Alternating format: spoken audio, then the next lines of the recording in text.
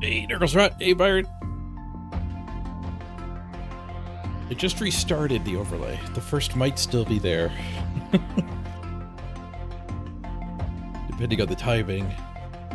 It made me show up again, though. Hey, you did get the first.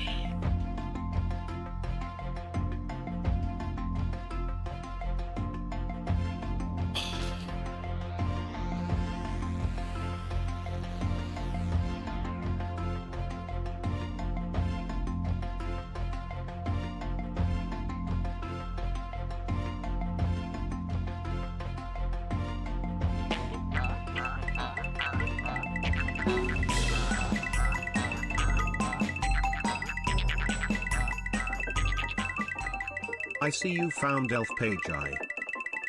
Top Jack with the sub.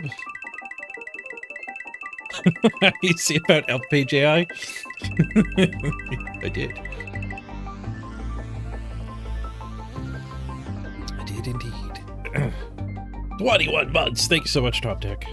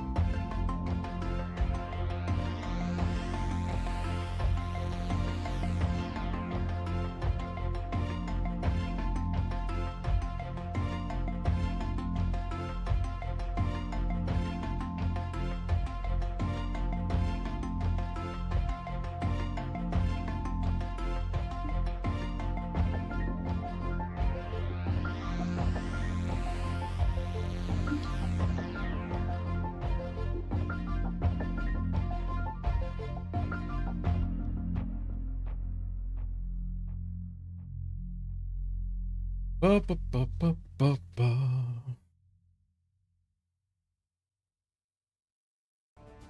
Okay. Hello, everybody. Good morning. Too bright today? The sun is out pretty brightly. I feel like it's lighter in the camera here than normal.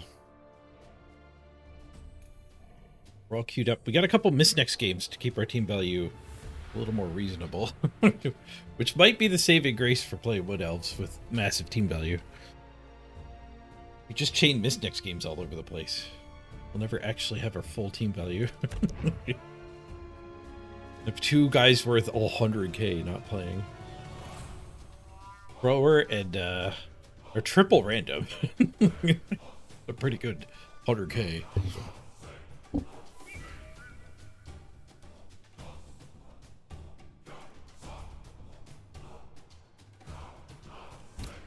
We had a tough game yesterday. The evening game. Picked up a draw against somebody with a lot more games played. We broke free. Apparently your first 5 games are against other people on their first 5 games.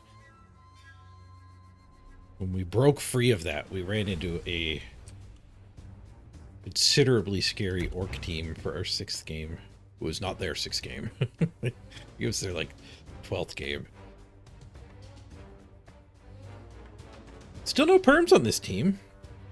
Knock on wood. Actually, maybe we lost somebody like at the very first game. We did play with a loner a couple times. I think it was a straight death too. But we haven't lost anybody who's got some time invested in them yet.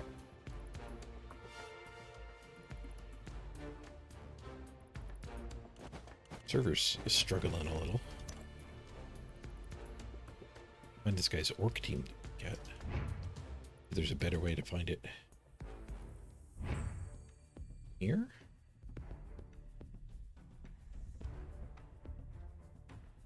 Sudbury Bulldogs, a blue round shield. Oh, it loaded somebody else. Weird. Bugged out. Maybe it was loading my teams there. Right? Yeah, this is the team that did a bit of a number on us. I mean, we got to draw against them. Just a bit of whiplash. 3 games in a row with 6 touchdowns for us. That's such a solid opponent.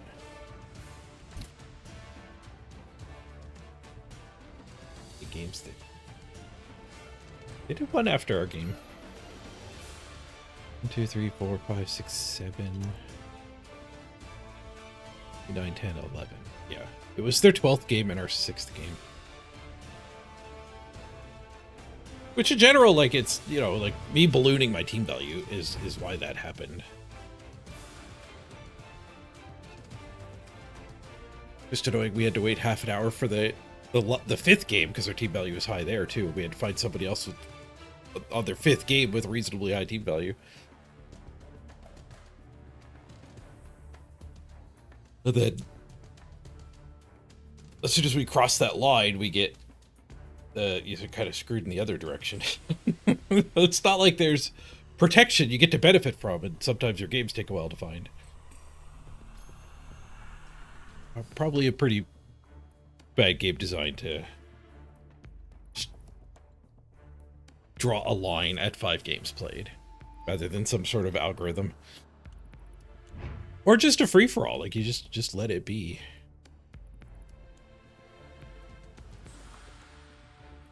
I actually kind of like the idea of matchmaking based on games played if you want to do anything like that, because then if you've earned an advantage by having your team not die, getting a lot of touchdowns, leveling up one way or another quickly, that feels more like an earned advantage. So like if your game 8 is a lot more powerful than your opponent's game 8, that feels like you got there through good gameplay. Where if your game 12 is tremendously advantaged because you get paired against somebody's game 6, feels worse. And I don't even know if like tremendously advantaged is fair, because like we were only 50k team value apart. I was even the higher team value. I guess that was what put the bad taste in my mouth, though, was it just feeling kind of, I don't know, because it's gotta be because the just crossing out into the kiddie pool, out of the kiddie pool into the adult pool, and then running into the big team. But like this season is kind of going to be full of feels bads, I think. Hopefully, Blood Bowl 4 has a better matchmaker.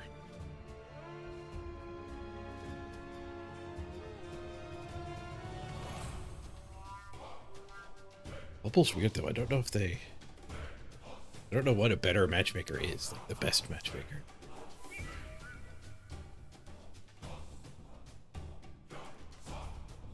They announced some downtime for Blood Bowl 2 servers? Interesting.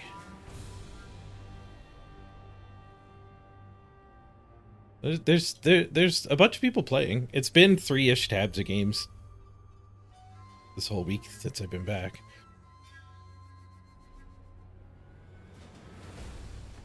Okay, we got a game fairly quick. 5-minute wait's not the worst.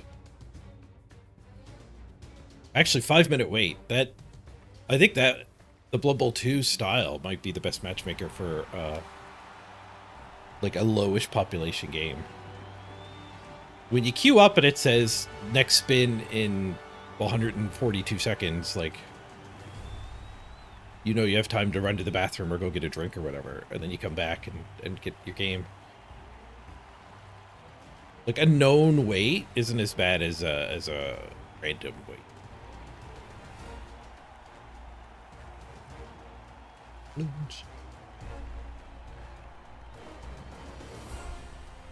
If you I'll put you up.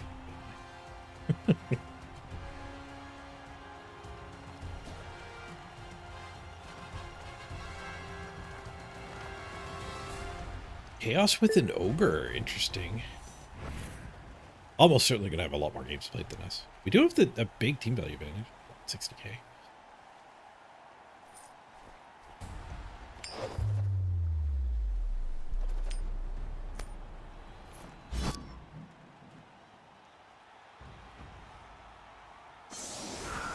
And a pretty reasonable amount of level ups over there.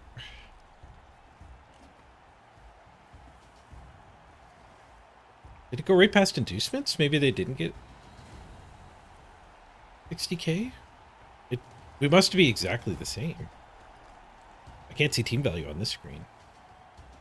Oh, yes, I can down here. Yeah, 1.35. Oh, because they have a loner. The loner wasn't getting counted, so that's the 60k. So we'll never know how many randoms they have then. We've skipped that screen. We do know they have 11 games, so about the same as our last opponent.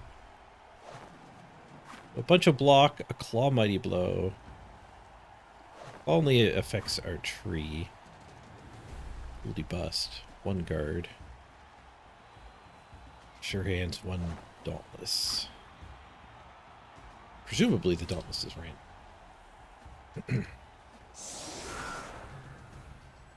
All the miss next games, my saved setups are all wonky. I guess we'll put Tackler up front. He doesn't matter this game. He is pretty good overall.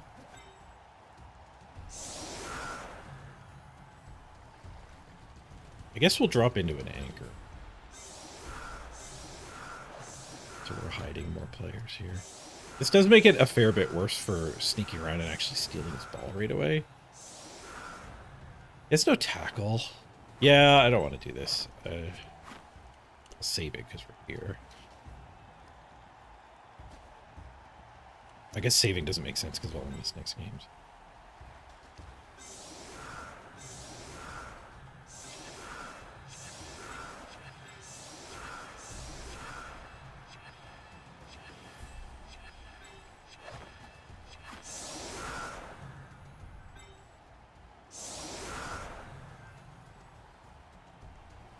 See.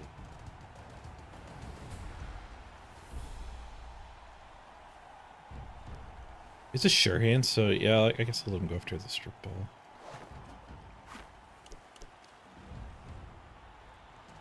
Kick. Oh, I don't even have my kick guy. I guess this is still good. That guy's missing the game. Yeah, what I was gonna say is, like, I took the strip ball as like my very first level up.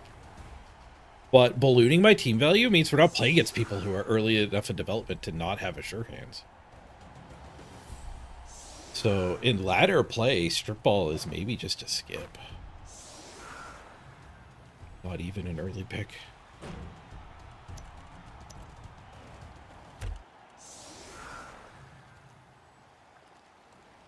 Ooh, I had the default pitch on.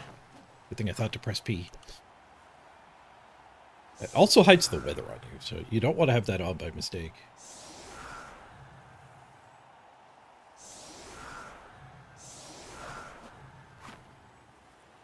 You don't add the ogre usually? Yeah, I don't think I think the ogre's probably the worst. The three big guys you can get. I think I've heard good arguments for the troll just as a tank, because he's regenerating. So you just put him on the line of scrimmage, stick him against your opponent's killer. And he's cheaper. He's a lot cheaper than the ogre. Ooh, a blitz. Technically get under the ball. We blitz this one, then this guy can not have to dodge. The dodge skill is broken during the blitz.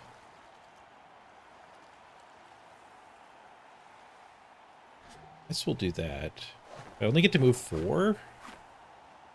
One for the assist, one for the blitz, and one to get under the ball.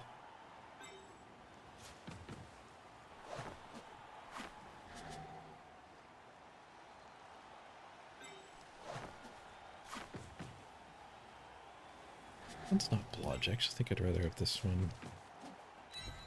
Keep it blitzable.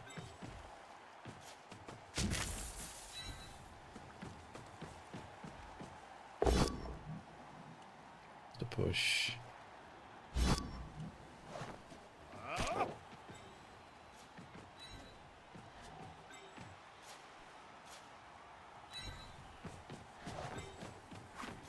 Jam a couple 2+s with no reroll. My clock stopped. I think that means we failed. Not dead.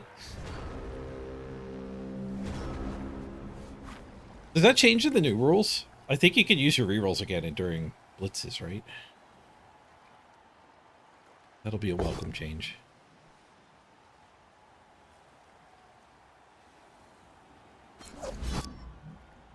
Bonus hit we gave him. Not punished. Swoosh works.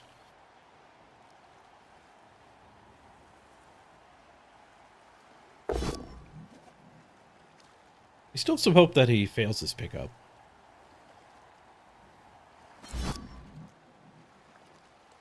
I think he'll be able to get this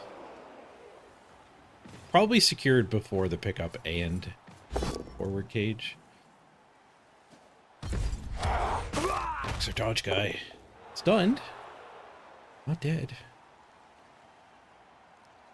It's called charge in the new rules. That's good too, to not overuse the word blitz. And it does let you use your rerolls. KO'd on the line. That's fine. We have no bench this game. We get the KO back. Hopefully I get to punch this loner who's playing with the tree. Pick up.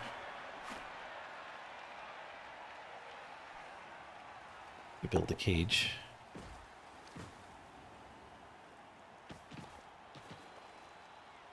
There's a leap in. Pretty easy to tag him. Leap to here.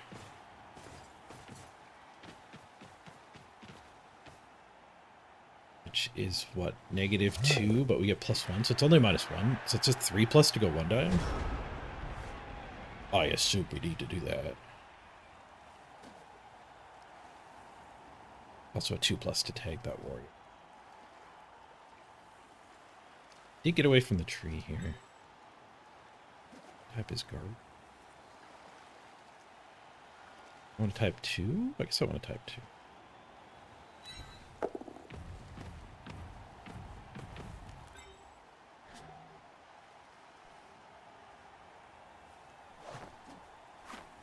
I guess we want this hit. The catcher can go tag that guy.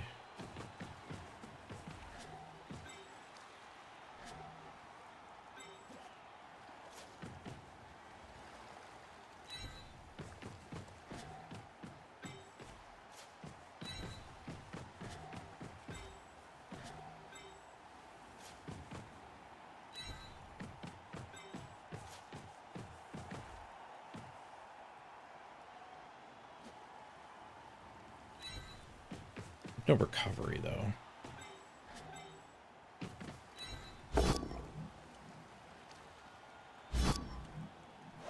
Might have been better off just trying to use the foul. We are even giving him that hit. My only recovery is with the blitzer.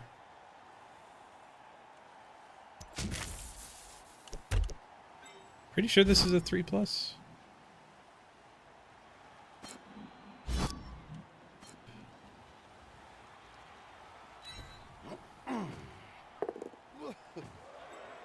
Plus indeed, and we got the 4. And we got the POW.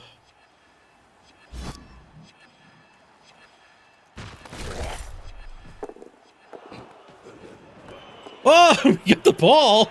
Hello. Do I just stay here? Like, I don't think I'm gonna fully escape. And I have the power of sidestep to try to reduce his retries.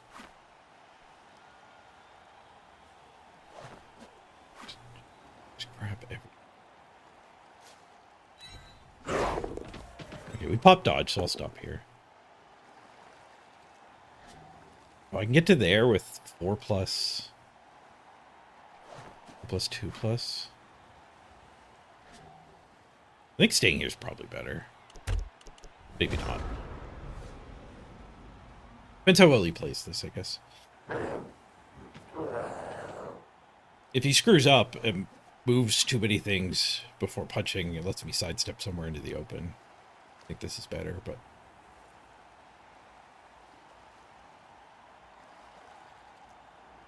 Maybe it's still better. He only gets one extra hit this way. I could go up to the Dauntless guy up this way.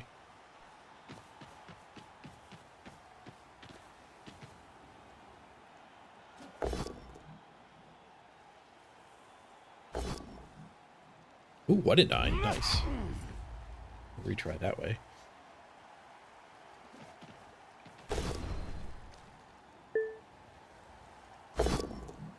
Nice. 8 dice, no pows. Open over here. Thank you, sidestep. Whoosh.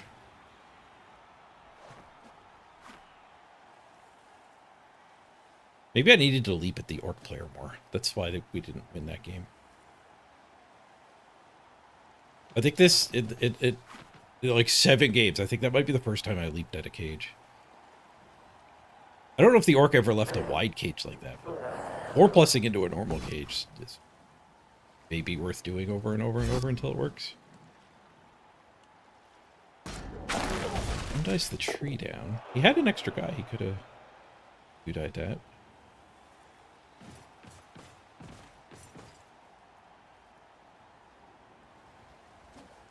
I guess this guy needs to stop my escape route.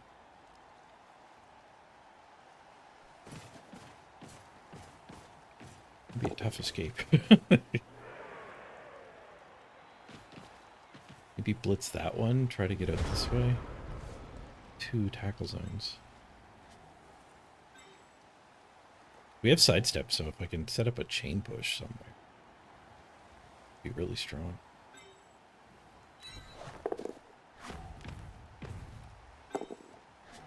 No root, and we stand.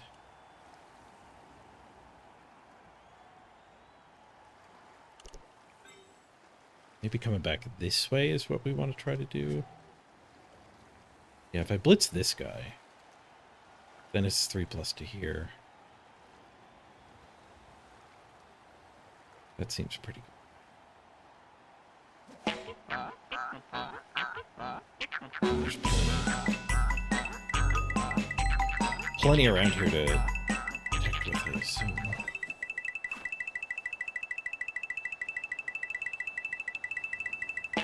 Hey, double sub, Morglum and Crisp. Thanks, guys. 49 months and 78 months. 78. Didn't you do this yesterday, says Morglum? I used to get double sub alerts. I don't think it gives me double buddy, but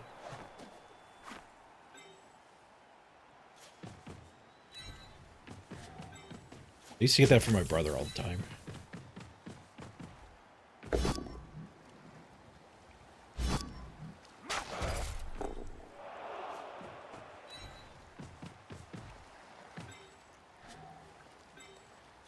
Carefuling.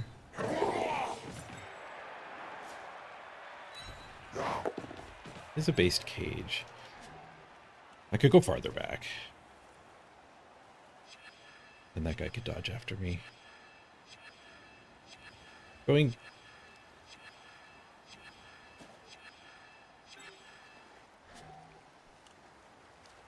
I guess I could go, like, way back down.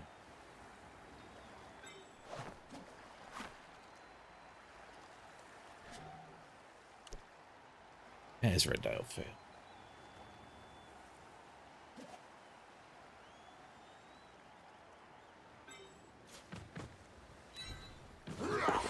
That stops anyone from getting there to be an assist. Doesn't pick it high.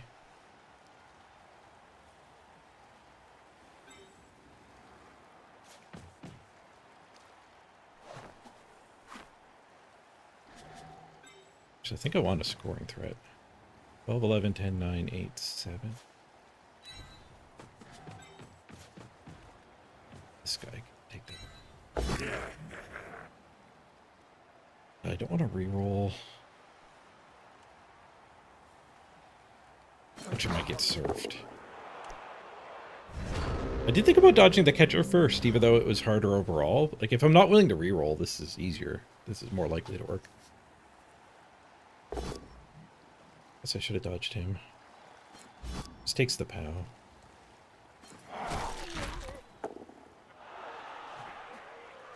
Surf.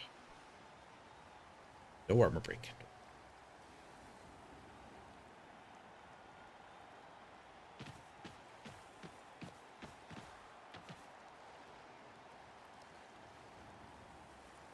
My totally legitimate scoring threat does draw some attention.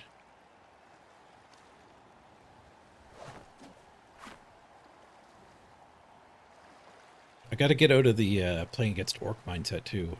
Remember that punching goats is good. Likely is removals. If he makes this a 1-die, he can't use the angle anymore. We can get in there.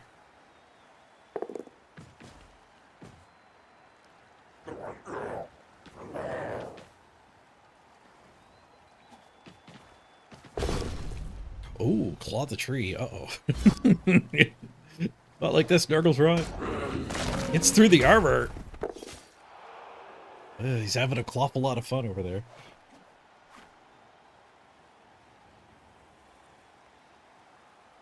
It's a stun. Definitely could have been worse.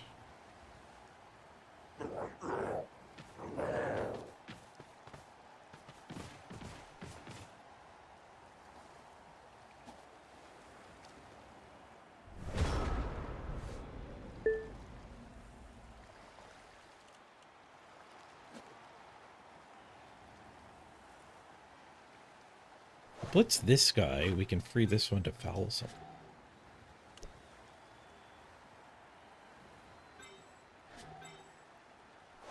Let them get to there for...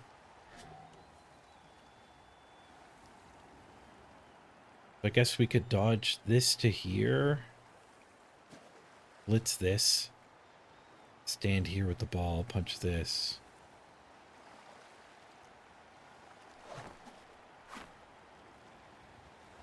And we're behind guys here and here. We just need to dodge this guy down. I think we're protected that way. Guess we're red dying here? Or one dying here?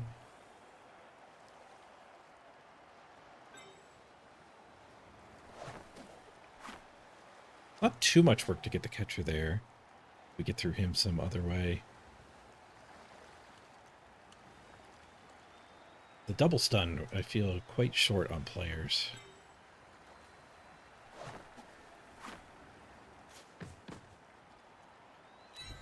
Okay.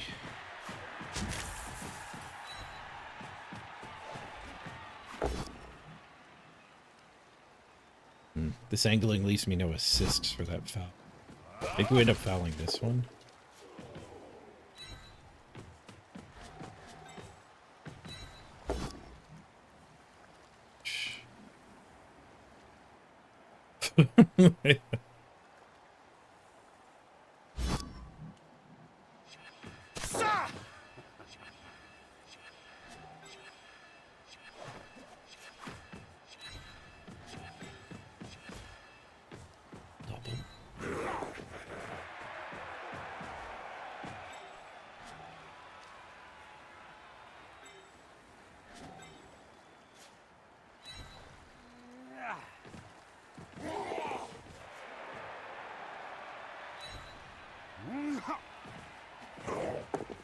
I don't think there's a surf there, thanks to this guy. He can't backdrop.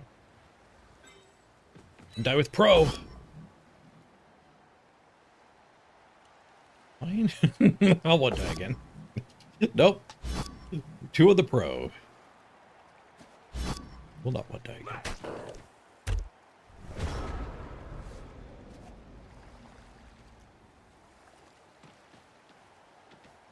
Would have been a touchdown there. That's true. I could have ignored the tackle zone. Gone for the 3+.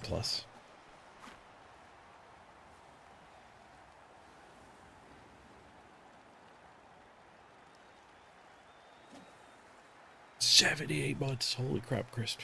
How many years is that? 6? 6.5. I've been doing this that long, and you've been here the whole time? You do have the first tag.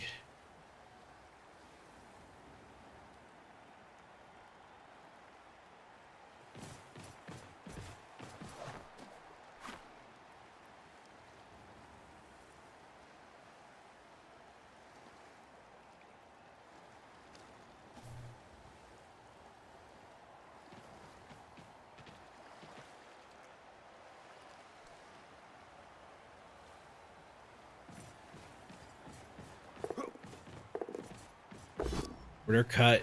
Gets him in. He gets the POW. I want the ball. Not near that guy, I don't think. Not near these two, so I don't think we go there. Going up here, it's harder for that guy to get it and run away. I guess I don't care too much. That guy gets it. Should be able to get a hit on him. Go near these two.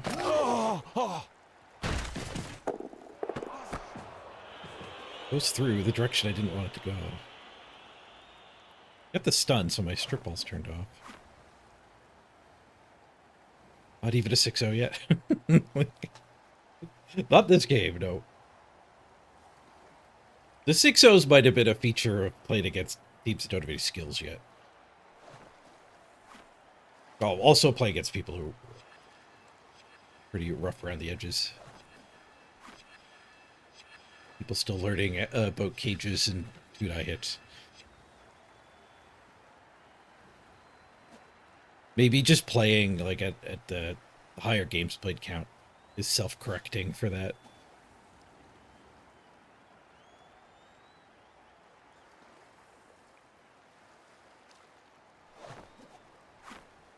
Probably a lot of the people who don't know the game that well end up not playing 12 games. Sure Hands was trying to get through.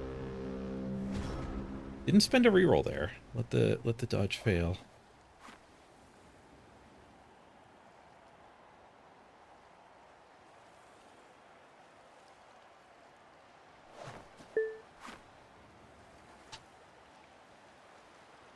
Yeah, well, we just have a hit on him.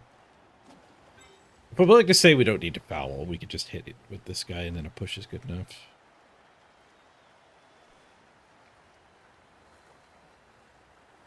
Then this dancer can grab it. Back down over here. See if we can get the tree up. Take root? That's fine if he stands. Didn't stand.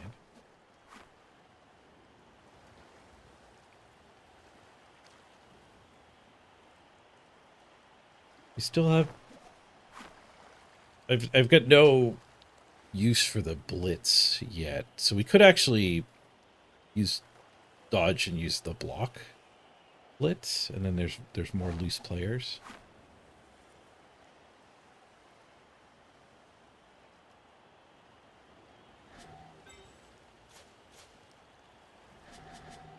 I might be able to go help that 2-die happen. A couple scoring threats up there. Yeah, I don't want this guy getting served. That's a really easy serve. I do want to get him moved earlier in the turn.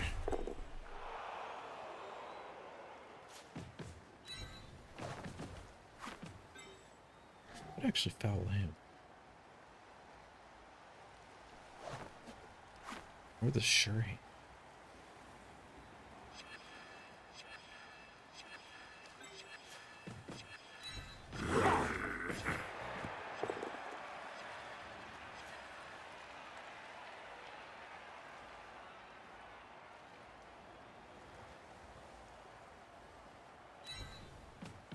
I'll step on this guy.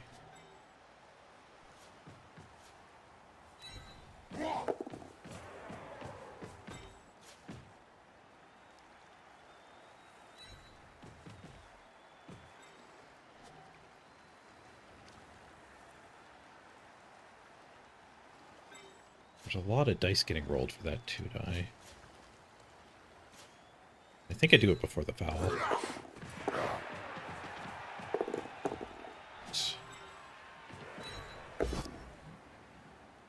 Pro? Both.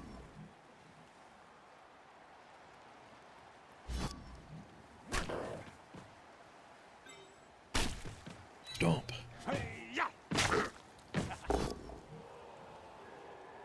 KO, nice. Sneaking it. Keeps you from getting caught on the armor break. Nice.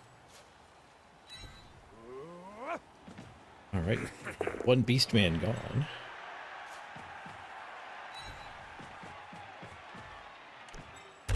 We'll go here so he can't blitz that and then tag me. But I think that would be a good idea. What do you type to join? You figured it out. You're here. One of those worked. I think exclamation point high is what most people use, but I think there's a couple words that actually do work. Join might be one of them.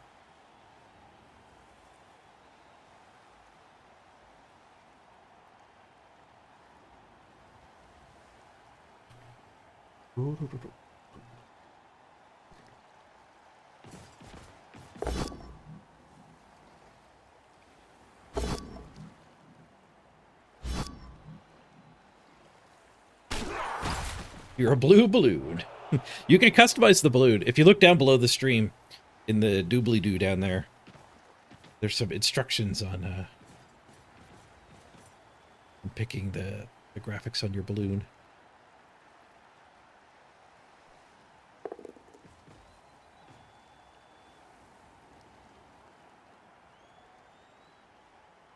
Think you might foul the war dancer here?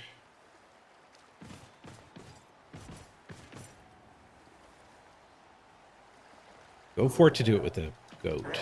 The warrior could stomp. I'd put that warrior here so it can't get forward. I don't want to get forward. I want to go here anyway, I think.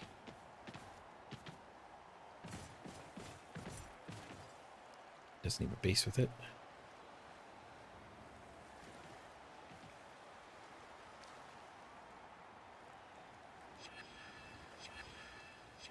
Dodge that guy around. Get this hit again.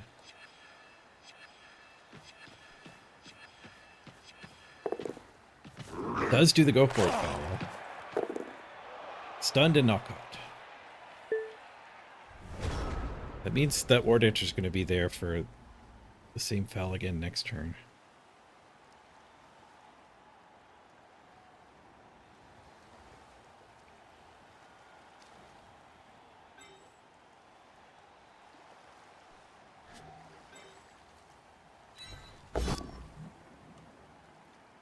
Womp womp.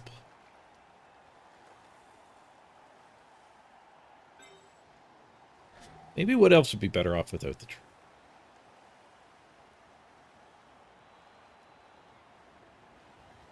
I don't know. A lot of people run away from it. There aren't that many claws running around, I don't think.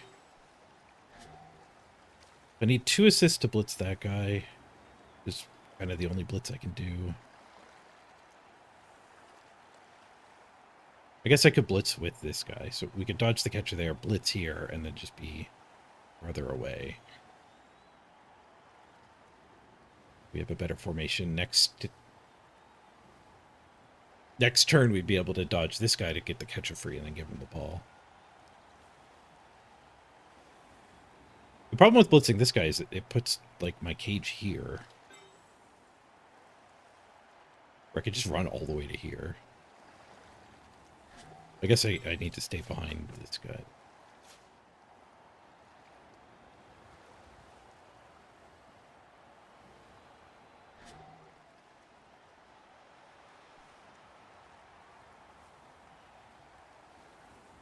Put this guy here, ball carrier like there, probably. Screen with that stuff. Yeah, I guess we'll blitz up top.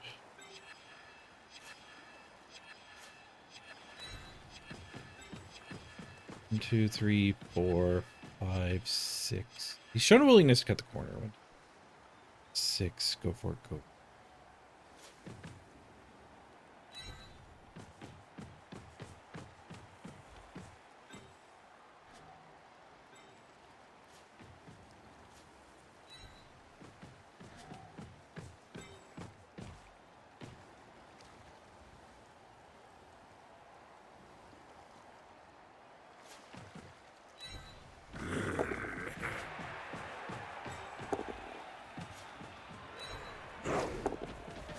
Ooh, pop dodge.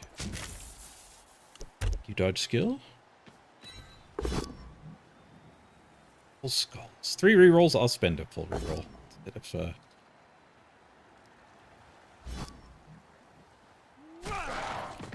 instead of the pro attempt. Nice. We get the KO for it, too. Reroll well spent. It's technically a scoring threat there.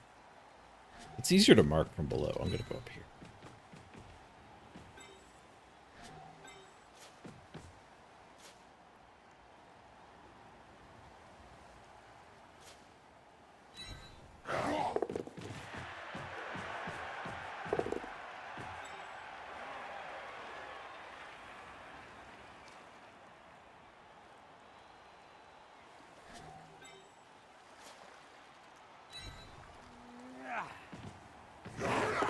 Hopefully gets caught on his foul here.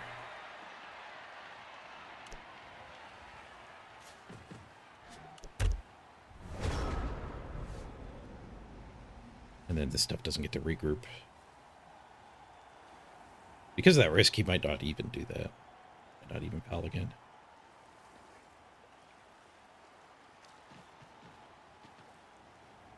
All right, we're actually up a player now. Nice. Told you it's fun to punch Beastmen. A lot more valid than punching orcs.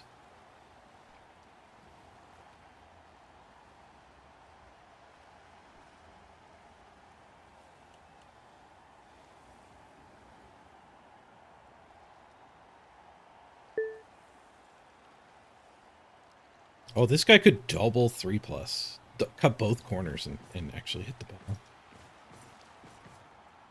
Ogre would for pie. The ogre is distracted.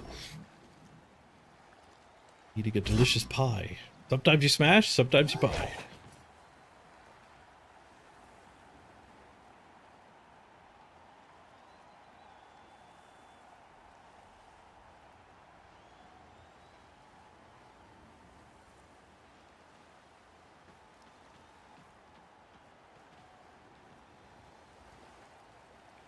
His double go for it for the handoff. We'll have 2 rerolls. So I think we might go for that. The KO. Let's not get caught. It's a dancer. That's powerful. 9 versus 9 now.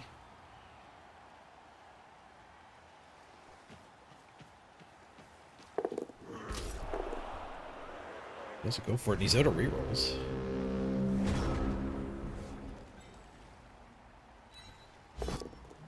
Tree stays down again. Okay, this guy here gets us that 2 die. Blitz there.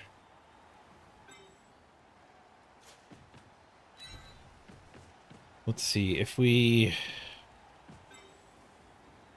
just wanted to cage here. Probably still blitz here, and then this guy would retreat. I'd have these 2. This guy comes over. So we could do that instead of double go for it handoff. It would give him another play. Like if we give this guy the ball, it's just locked in.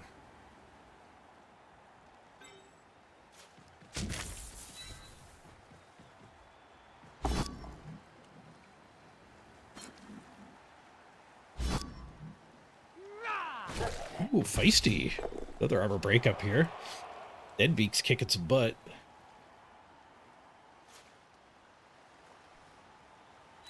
Go here in case I fail my go for it.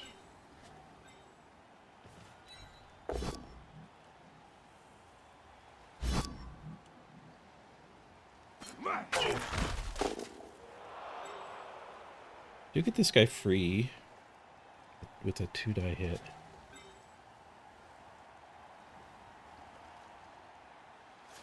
We could go like that guy just staying where he is. This guy here.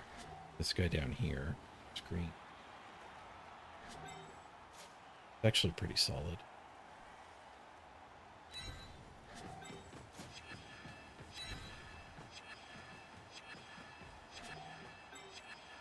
Might cage dive me. 1, 2, 3. I'm seeing if I bring this guy down 1 more. 1, 2, 3, 4, 5, 6, 7, 8. Just make it a little worse to cage dive. I don't know if he's desperate enough to cage dive. Just a push. It's fine. 4, 5, 6. Go for it. This one does have to be wider.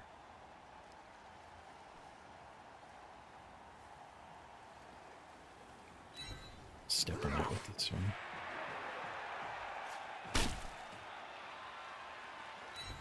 I didn't make it wider. I get caught here on snake eyes. We leave the hit on the ball. No, we roll a 3. I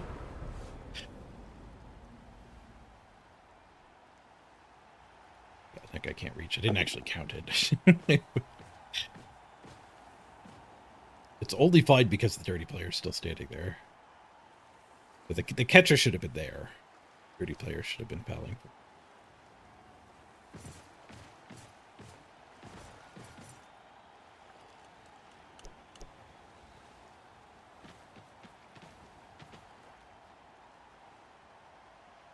And then if we score this turn, we get 2 sets of KO rolls to get our War Dancer back. There's 2 KOs on each side, but like our War Dancer is by far the best of the KO. So handoff here, touchdown.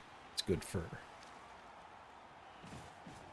try to get the War Dancer back, but it's also like, is that even good? Because we give him another set of line hits, so it's like we give up like a player and a half by giving up line hits. Worth getting 25% of our War Dancer back.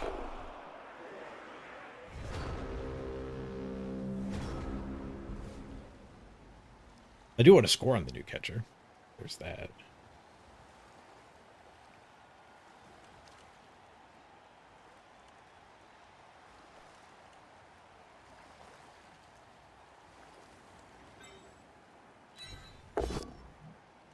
What did I... Oh. Three both downs. Flash skulls.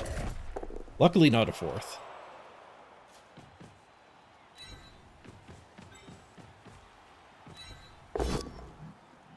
More skulls. Definitely can't pro there.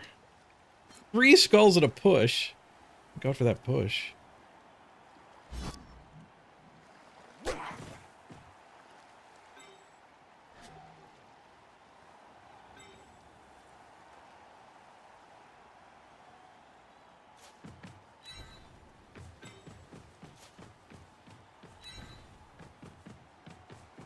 It's the right way to protect there. We get down here. Punch that guy. And foul with this guy somewhere.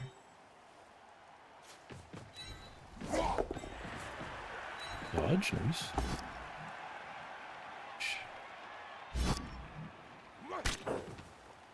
We'll try to stand the tree this turn.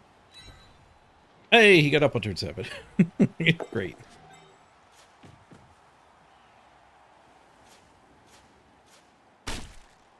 Killer.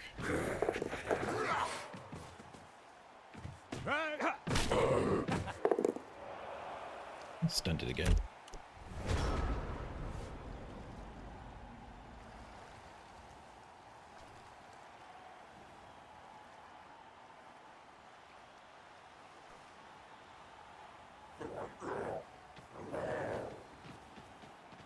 Try to make me roll some dice.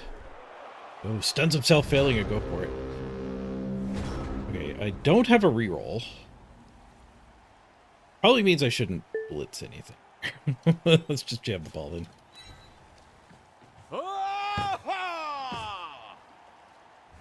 I could have definitely given the ball to the catcher there. But I don't mind SPP on this War Dancer. It's not like the kicker had it or something.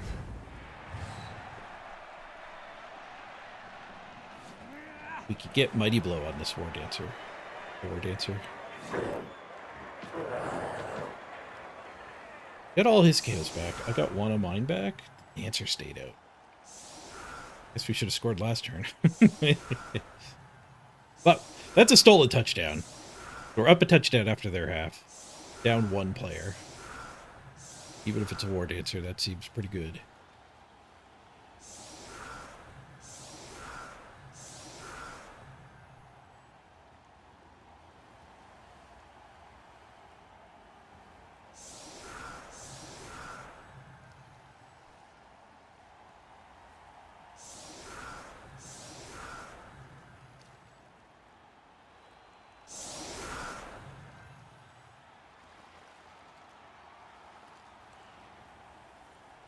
Guess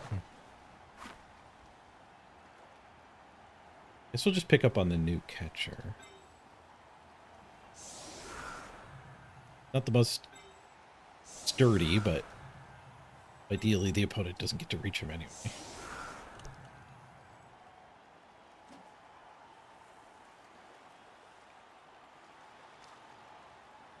I guess that's only true if I think we're actually going to run the ball all the way on him.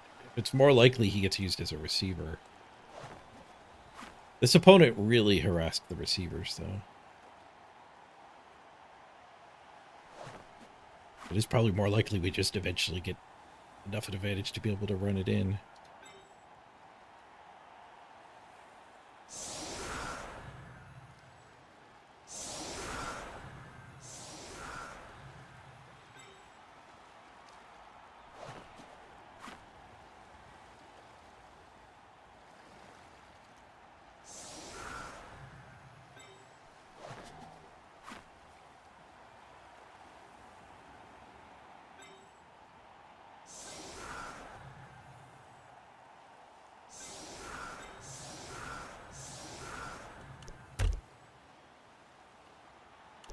Sure how good of a foul we'll get.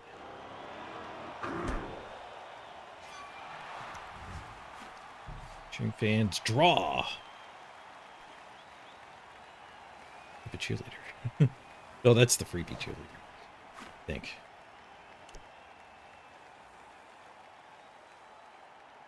I guess we can see on the dice roll. It doesn't show us the dice rolls. 3 plus 3, I guess, was the dice roll. No, that's the roll that picks which kickoff event. It's just not showing us what we rolled for the actual event.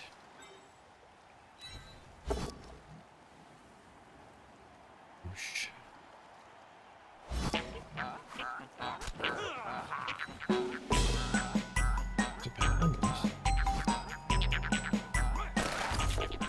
Could end up fouling the ogre here. 3 sub. Army making it prime time. Thank you, Army. Woody, 3 months. Oh, we're not fouling the ogre. Nurgle smash. Nice. Concussion, too. Fancy apothecary on it. Offered a pass bust? Guess that's fine. Broken arm was not taken. Maybe broken arm is agility bust, actually. No, shoulder's agility, I think.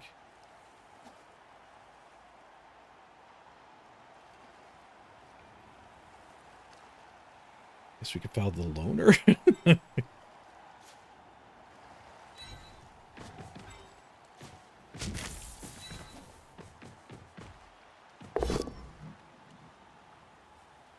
Technically foul the block guy.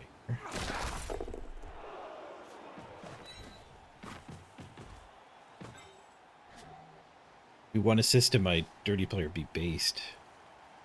It does have a guard that could come. Guess we'll foul the loner.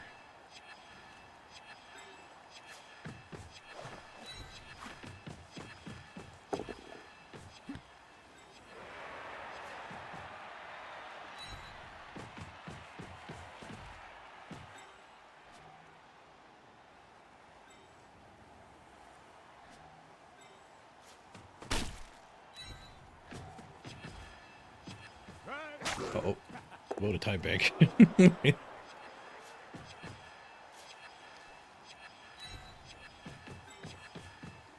That does happen to be a lot.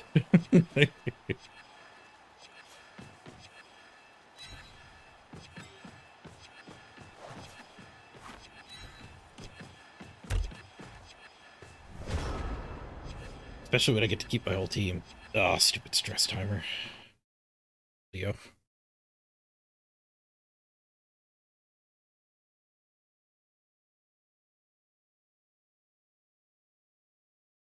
Sneaky get kept us from getting thrown out. Really good.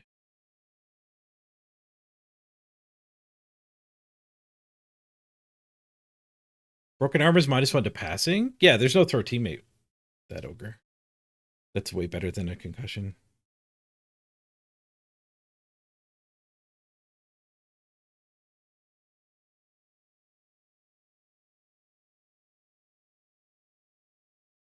They're locked. Yeah, that's not a great way to have my receiver standing. Maybe I should have left the dirty player here.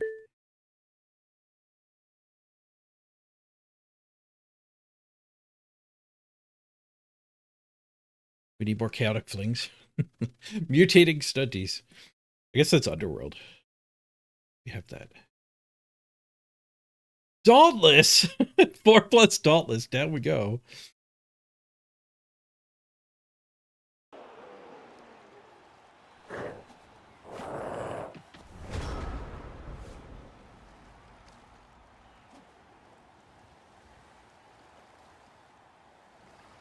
It's this guy. Get some ground here.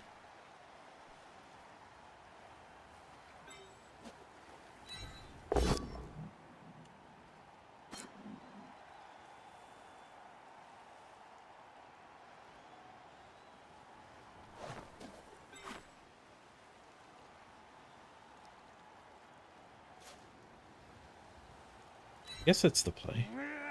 Pass here. Oh. Uh-oh. Snake Eyes into death.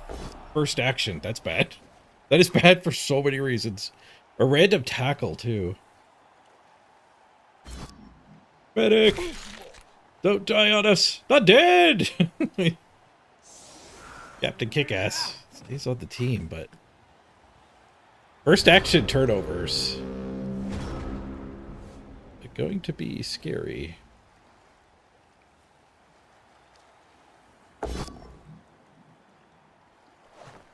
With my entire team based. My War Dancer's not based. I guess he could blitz that one then. So he starts with a 2-die blitz. He didn't need to against the POW anyway.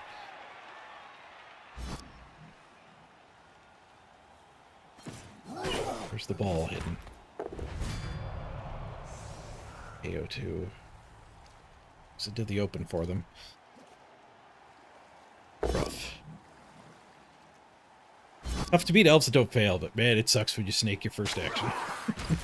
It's pretty easy to beat elves when they snake the first action, then you kill 3 of them.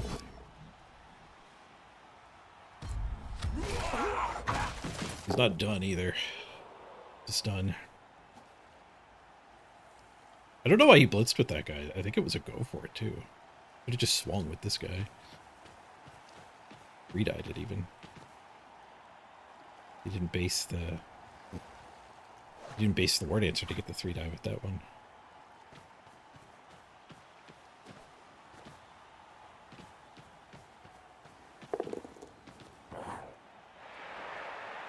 The ball.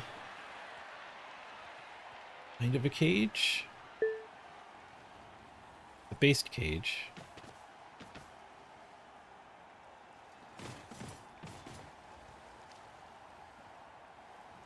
Yeah, you only get turns like that against elves every 4 or 5 times you play against them. But it is pretty sweet when it happens. Mighty blow POW onto the receiver. I think the big mistake I made was just putting the ball forward. The ball carrier should have just gone back here last turn. I didn't need to let it get based. Just kind of asking to get 1 in 36.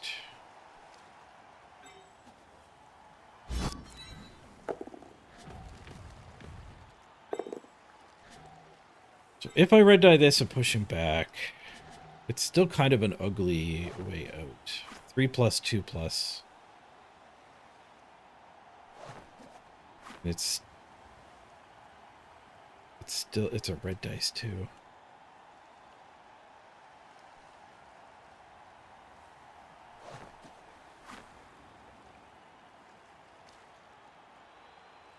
Just don't have any players left. I guess our hope now is he doesn't like for the draw. 1, 2, 3, 4, 5, 6, 7, 8. Go for it. We could technically get the 1-die from that side.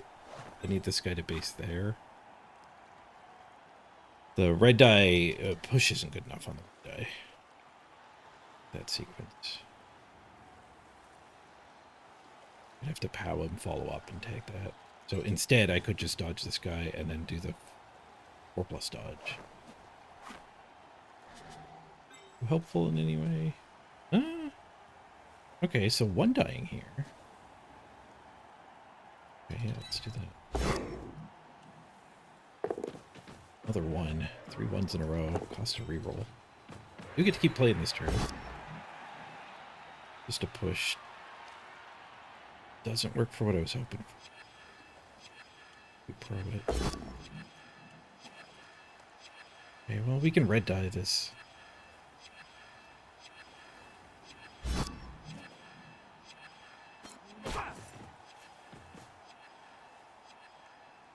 Guess we can do this.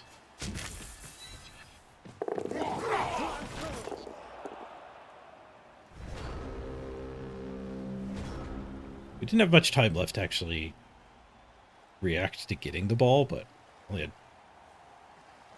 this player left to do anything with. And the ball carrier, so it probably would have been fine.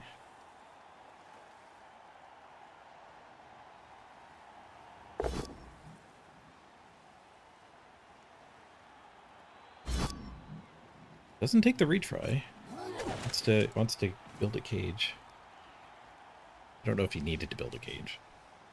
With the War Dancer being stunned. Probably could have afforded to take that retry. Might claw the tree here. That would spend a lot of players, though. Which apparently did not want to do. It's a blitz with the block guy. Just a push, but as a retry. Push me closer to the ball. Pows be farther away. We could consider just not standing up, but I guess if everyone's stunned, I don't even have to really... You can't stand them up anyway. But I could just not stand these guys and let him choose if he wants to have a draw or not.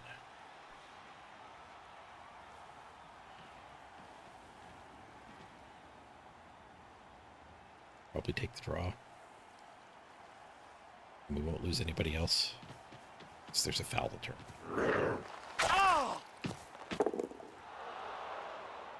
Not gonna be able to stop that foul anyway. I guess pressuring the ball kind of stops the foul. Actually, him just doing the foul means we should definitely make moves.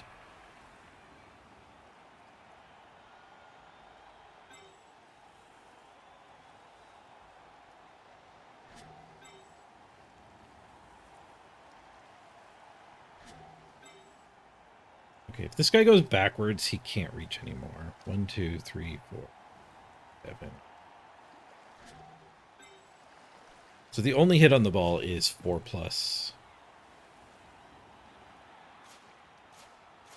This way.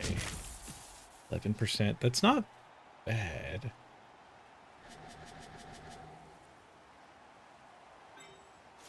This is better. No, that doesn't work. We can only go sideways once. I guess we could do this. 14%. This is better.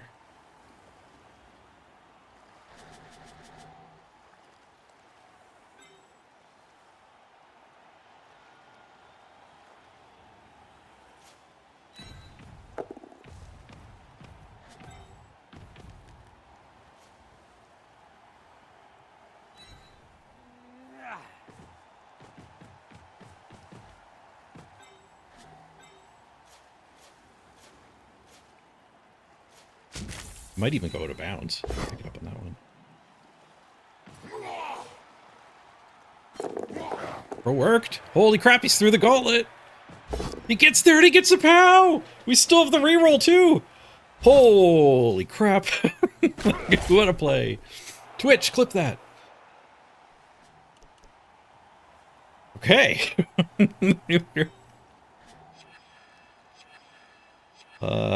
Yeah. That happened.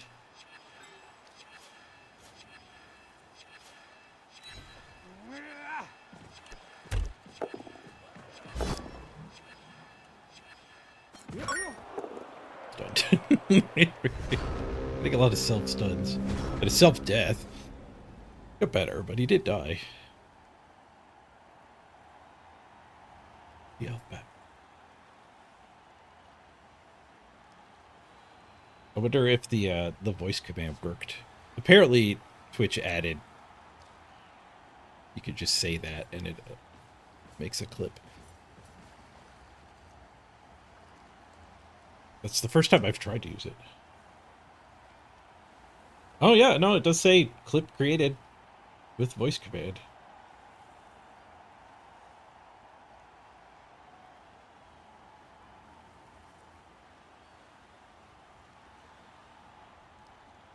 Oh yes, my starting soon screen manifested the LFBS. Speaking of AI, AI's listening to the show to be able to do that.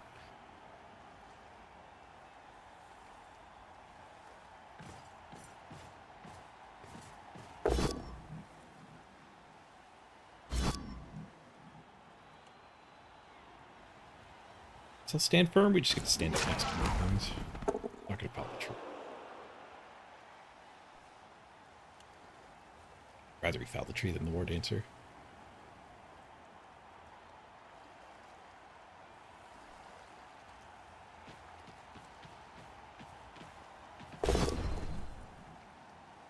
Wish wasn't good enough with this instead of the ball carrier doing it, but works out for him. He might end up hanging out in the sideline cage. So go. Tempting fate. Self-pinned. Get his pickup. Okay, so we're probably not getting fouled then. Needs to finish this cage.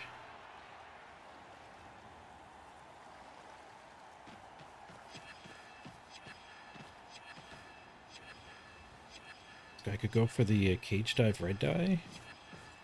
Pro Wrestle's not bad at cage diving. He does foul anyways. No assists, no armor break. 3v3? Nice.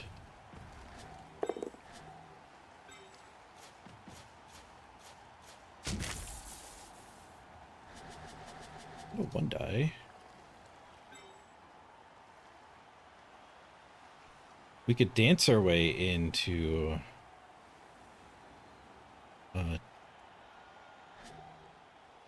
no, that's not worth it. Because, like, the tagging him's not enough. I would also need to do this. I could put this guy here, War Dancer here, and 2-die from there. Then I don't have a recovery, and I rolled a lot of these to do that.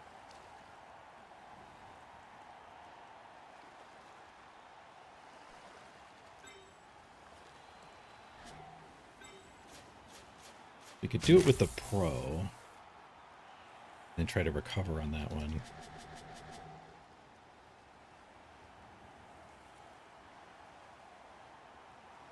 We could not stand the War Dancer and try to get him through after it works, but I think if it works, we're kind of happy. All right, we are time crunch, so let's just get...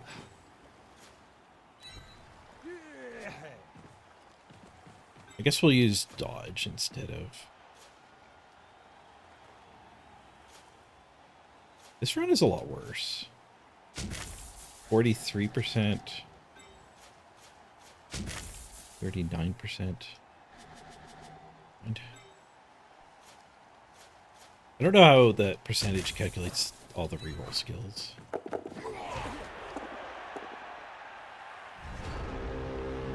Dodge and its reroll failed. Who would have won? The second 3+ got us, where this guy only had to do one 3+. Who would have made it? Possibly. There was a 1 in there. I would have had to clear with the pro, and the pro would have failed there. Taking the draw. Man, people love draws in this game.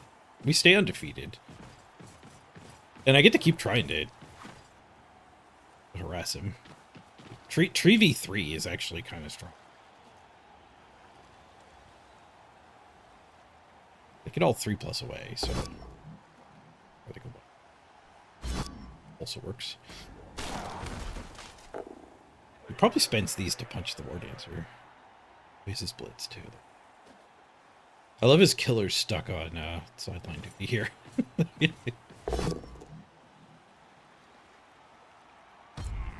Blitz fails with the both down, keep it the loner tied up.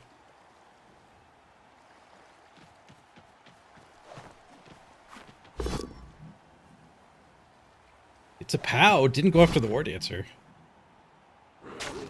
Howard is punished. No armor break anyway.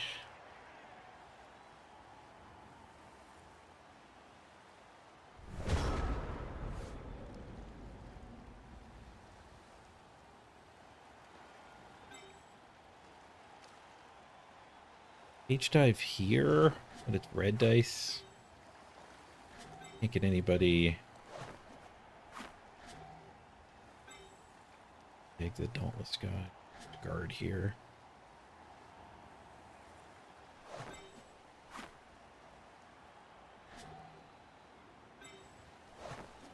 Looks like I might be able to get the War Dancer to tag the Dauntless. Really worked for it. I could leap. I could 3+ leap. Tag him. And cage dive with that.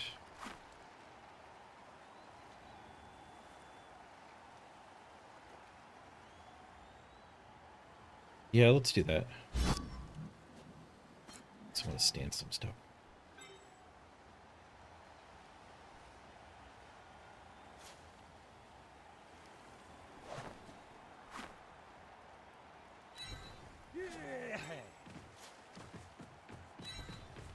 I guess I should have left him on that. Kind of pulling him the wrong way, so he's not surfable. But he could have been the one to recover the ball. Okay, maybe I shouldn't do this because of that. Maybe we should just blitz this guy.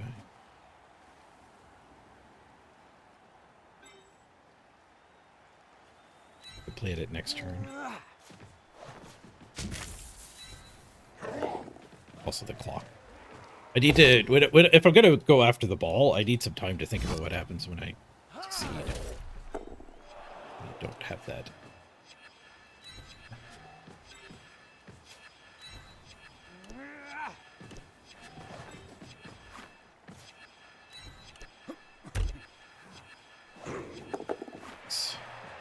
Sideline.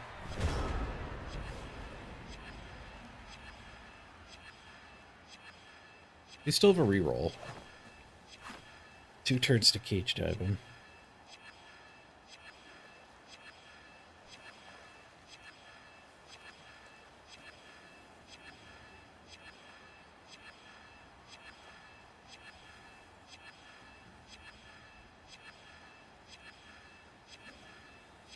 We've got a line of elves, so it's hard for him to get any pincer locks or anything on me.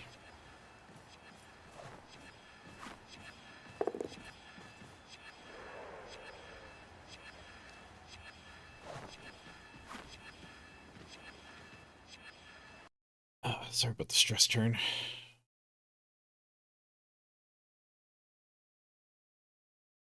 After the War Dancer. Just a push. It takes the both down so I don't get to sidestep.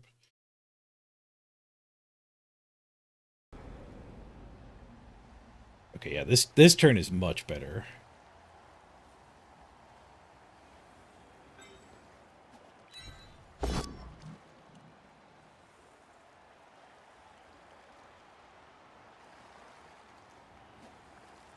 I can leap in with this guy.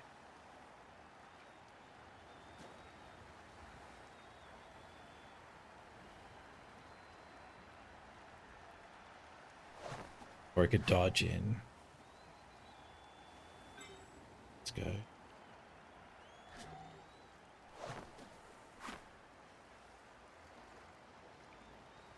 The dodge has the built-in reroll, which I think does make it better. It really depends on what I'm willing to do with my team reroll. And I think because we do have one more turn, we want to save the reroll.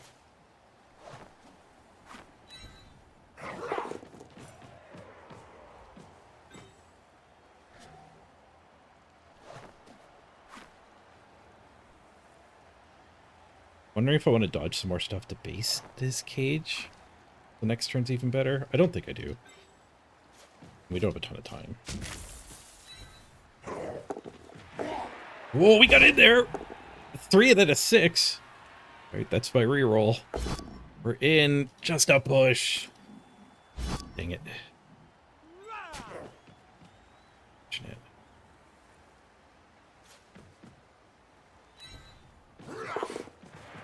Keep that guy tied up.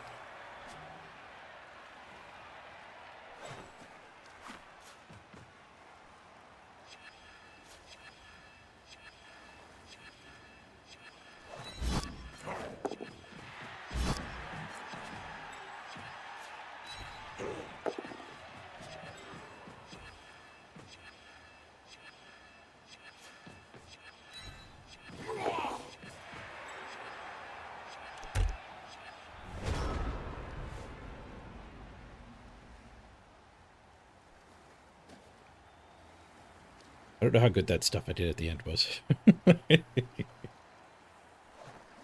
He's got horns too. Like horns is such a good tool. Like base all mans is way less effective against chaos than a lot of teams. So they can just get started solving a puzzle like this with the blitz for an extra strength.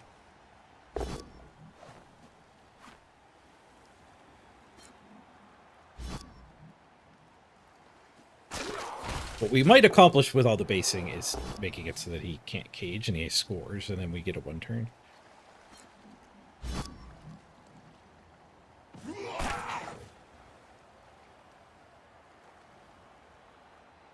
He needs... Oh, no, he can tag these guys. No, but there's no assist here. Yes, guy's assisting, so guy here gets in this.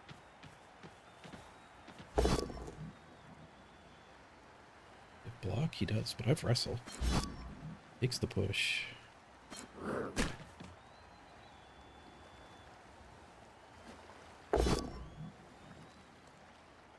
All carrier swings. Yes, I dodge. Make this guy take the surf.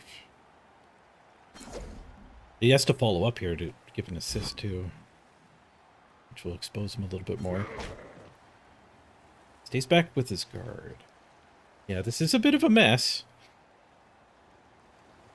We might get another 1 die on the ball.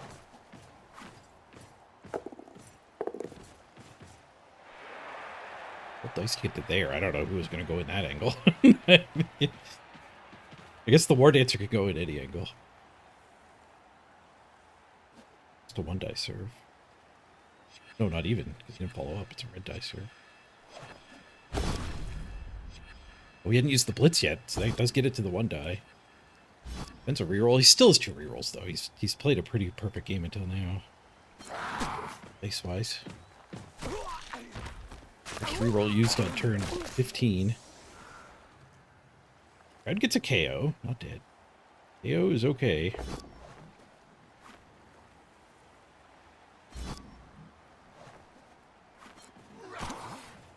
Okay. We could 1 die this. A POW. Gets us in. A push is no good.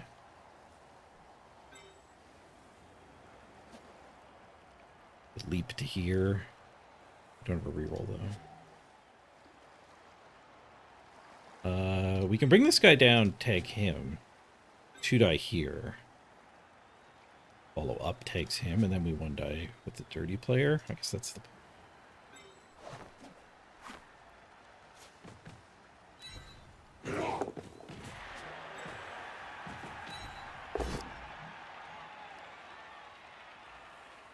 Standing here's better. It does mean I didn't get the warrior tagged. I got 2 SPP out of him though. Badly hurt, not bad. So I could red dye him with a red dye retry.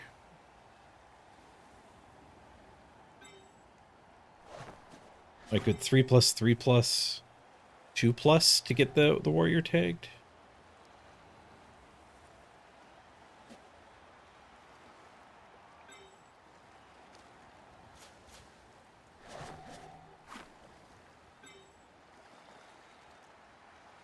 guess the red die's better. Red die's adding an extra 5+.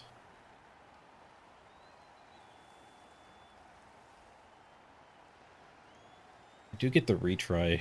I guess we'll just red die. We're also low on time. Let's go. Let's call the push. Not a pow to be found. GG.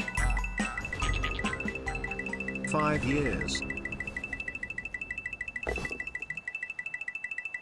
Surfs before taking the draw. Thanks, bud. 5 years, Fiona! 60 months. Thank you very much, Fiona. I have to assume that people that do plays like that don't realize that they're just making both of our teams worse. Like, they have not considered the game theory behind it. They're not actually choosing to inflict misery over their own benefit. Honestly, there probably are some people who do. They just want revenge for this game.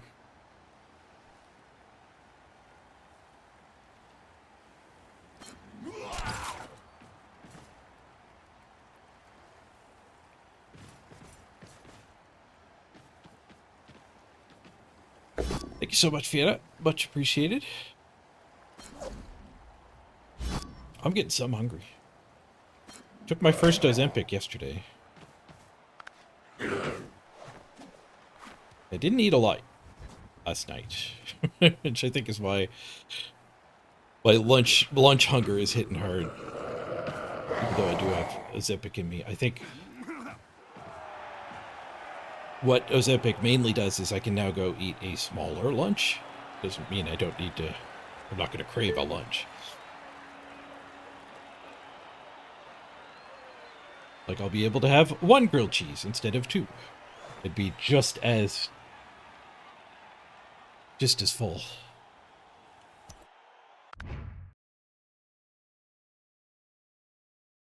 I'm gonna go do that after we explore the stats here. I don't know if I'll make a grilled cheese because lactose is still bad for me. I'm gonna go make some sort of lunch.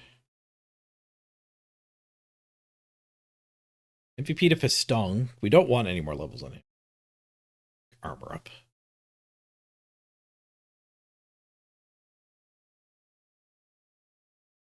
One draw. Well, we're still undefeated, but certainly not a perfect record anymore. Balloons out of the stats. Post-game balloon position.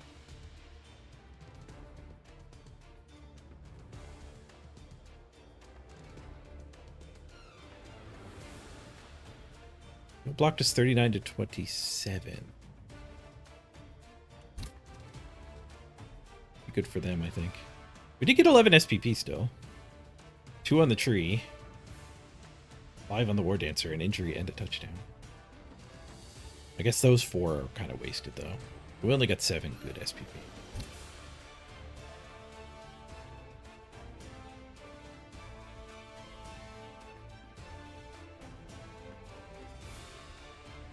Armor broke 50% of the time. No, yeah. Their armor broke 42%. That's kind of crazy. I guess we got a bunch of tree hits in there. And a bunch of fouls. Fouls does spice up the odds. 77% of my dodging. That's pretty bad. 23% fails. I guess we did a decent number of 3+. 13 fails. And we only really lost that game because of the 1 in 36 first action. But we could have mitigated that. I didn't need the ball to be such that he could blitz a random elf and then base the ball twice. Like, I didn't need to leave that. Having my thrower, I don't even think I would do that. Like, my instinct play wouldn't be to do that. It is to keep the thrower deep.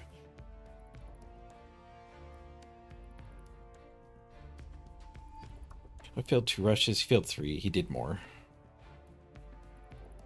Percentage. My stand-up sucked. It definitely felt that. How about my KO recovery? 50-50. Out. I don't think we ever get the War Dancer back, though. He was heavy on POWs and both downs. He has a lot of blocks, so the both downs are good for him.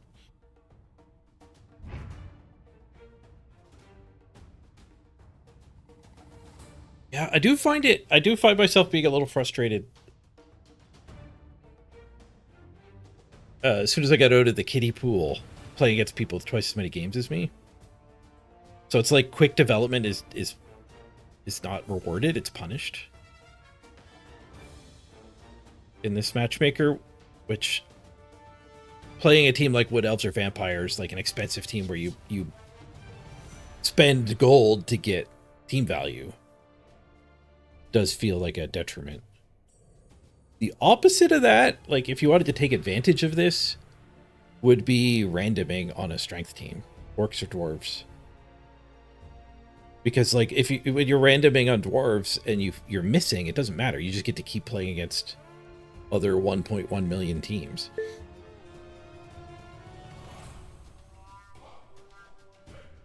Dr. Knuckles asks, so you shouldn't be matched by TV? Yeah, I don't know. I don't know what the actual answer is. I think it's like if you match made by games played, that would better mimic tabletop. But like I don't play tabletop. I don't know if tabletop is better. But like when you show up for week 8 in your local store, everyone has played 8 games since the redraft or the creation of the teams. Right? So it's, anyone who has an advantage earned the advantage, but like everyone with a disadvantage is like just screwed for the next 4 weeks or whatever. So that, like I've heard horror stories of like you lose your War Dancer at game 1 of a league and it's like, okay, now you're just playing shitty Wood Elves for the next 2 months.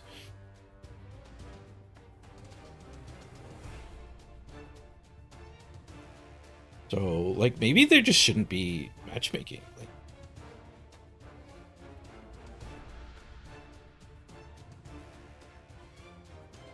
no, that's definitely not right. But I mean, there's inducements in the game too. Like if you matchmake too tight on team value, there's just literally never inducements.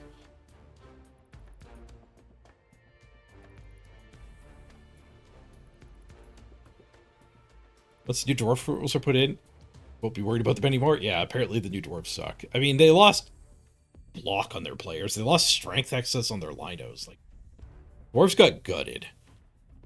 New dwarves are nothing like old dwarves. Like, the identity of old dwarves is like strength access on the whole team, block on the whole team. Like, but we're slow. That's what dwarves are.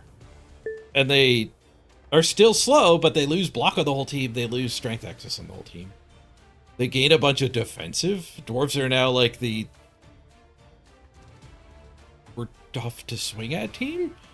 Your guard doesn't work team. Like it's just like who wants that? Like they're also not that tough to swing at because they're all 3 strength. They're the only bash team without a 4 strength player.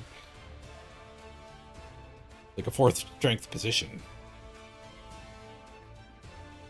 And even like control teams, people would call like Necro a control team, and they get 2 4 strength players. Like dwarves only got to be a bash team and be any good because of the full strength access and block everywhere. So like one dying with dwarves, especially early, is not bad. Like, when your opponents don't have block. So like if your dwarf has to 1-die a Chaos Warrior, it's fine. That's not a bad play. You're going to expect to benefit from doing that. They kept block, they just lost tackle. Oh. They did keep block. Well, that's good then. They could fully gut them, but losing the strength access is still rough. And apparently rough enough, because people say they're pretty bad now. I was mixing up with the OWA dwarves. In this version, lost block. But the OWA dwarves actually gain block, right? Because they're just dwarf linos now. They're not their own thing.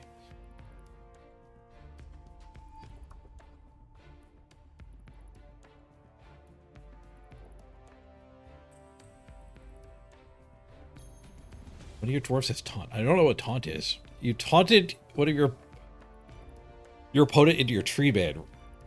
Right behind him on defense. Nice. Is taunt forced follow-up? That's a pretty good line of scrimmage play. Taunt players on the line of scrimmage with your big guy right behind them.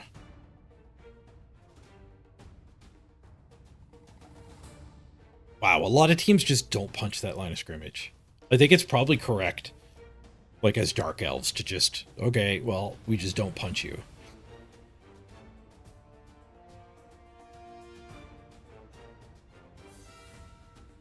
That's kind of crazy.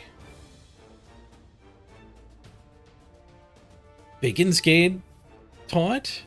Like the Black Orc team or the 4 strength orcs on orcs?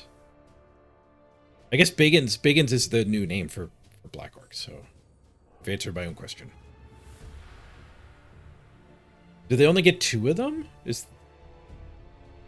orcs lose 2 Biggins and 2 Blitzers?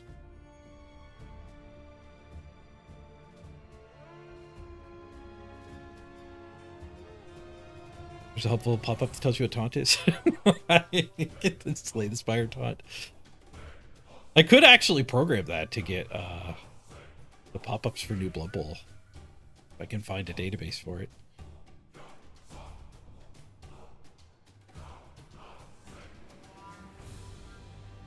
Do we want the 3rd catcher and a 3-player bench? That seems insane.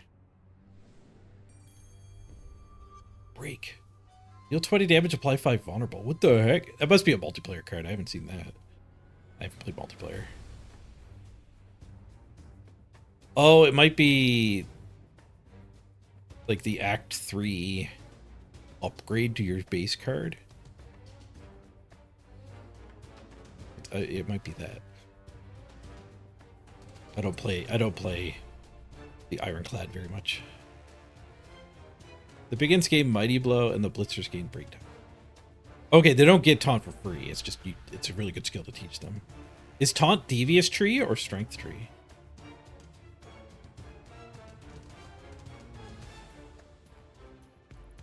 General. Taunt is general. Okay. Mr. Throws move 6 now, man. Why? Orcs didn't need to get buffed. Losing some positionals that probably did mean they needed to get buffed some. They lost the animosity too, right?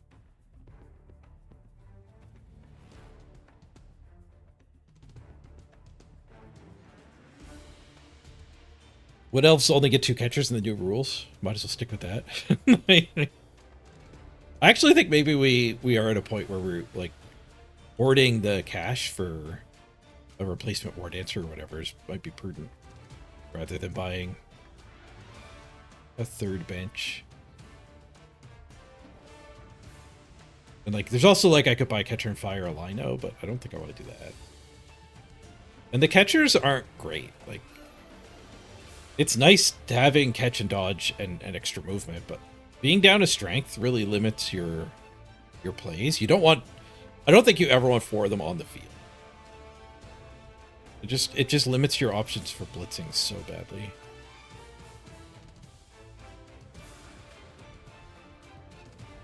Biggest change in your opinion is the bash teams that get 3 SPP for casualties and only 2 for touchdowns.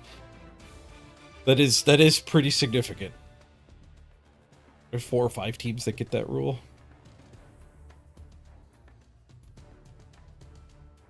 Yeah, line orcs gain the strength access that the dwarves lost. Orcs are now the team with strength access everywhere. Chaos also had that with the current rules, and they lose it. Beastmen don't have primary strength anymore. Why not do matchup by ladder placement? Yeah, I think that might be better than matching by team value. Especially if it's a season with like redraft.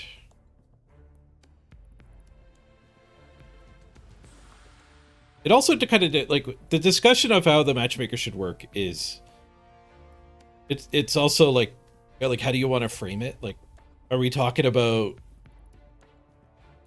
like an online version of Blood Bowl that can't change the rules? Or are we talking about like how it should be? And like inducements should be good enough that you are like 40% to win if you're the one who's getting inducements. Maybe 45%. Like you should still want to develop your team, but the game should be close. And if that's the case, then then you don't need to matchmake by team value anymore. But the weird thing is, like, if I think there's like bands of team value differential that favor one side or the other. Like if you're getting a wizard, that's insanely good. If you're getting Morgan Thorpe, that's really strong. But like, if you're 800,000 team value above your opponent, now they get the wizard and the Morgan Thorpe, and then like the other 200,000 they get to spend is much diluted. 800,000 apart is pretty insane, though.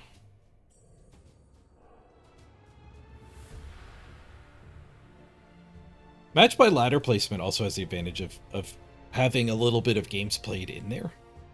Because, like, you need time to climb the ladder.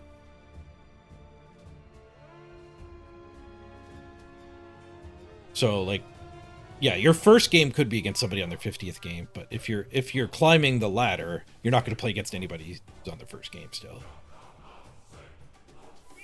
And your first game is only going to be lopsided if it's a mediocre player who has stayed neutral on the ladder.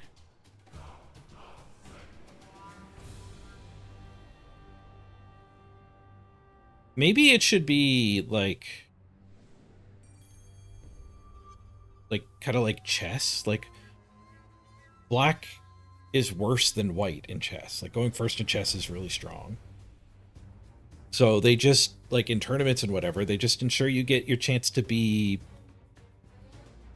like white half the time. Like you get your fair share of the advantage side and the unadvantaged side. So if you were guaranteed to be up team value and down team value at equal amount of time, maybe that's better. I don't know. You'd have to think about it though. You'd have to see the consequences of that. Could people abuse it? Could you like when it's your turn to be higher team value? Could you fire a bunch of stuff? Like could you game that?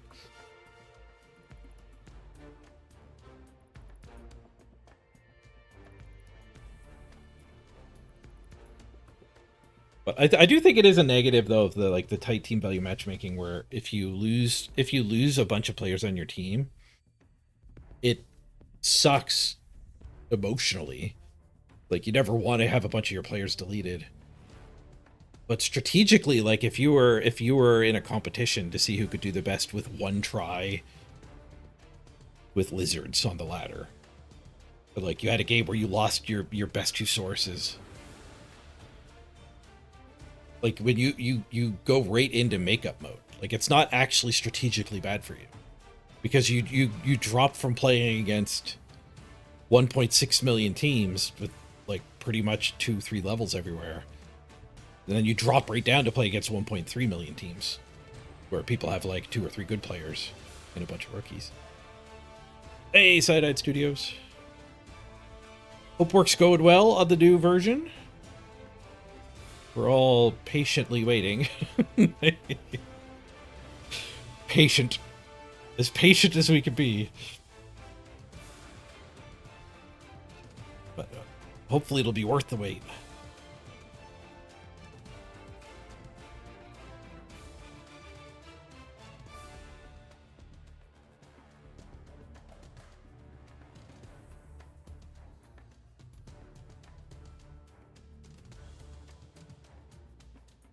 Well, the bigots actually get Thick Skull, Mighty Blow, and Taunt. That's kind of insane. They get 3 skills. Hey, Force of Luck. What in the 13-player Woodies is this? We had a guy try to die last game, but he got better. It was a random tackle tried to die. Take your time. Make it good. Take your time and make it good.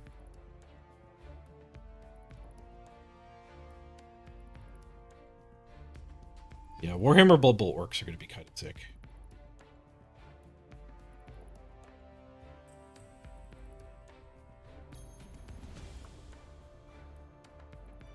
Yeah, I don't think we want to buy the third catcher. I don't think we do. Have Slytherin announced when the new version comes out? Kind of. They said before the end of the year.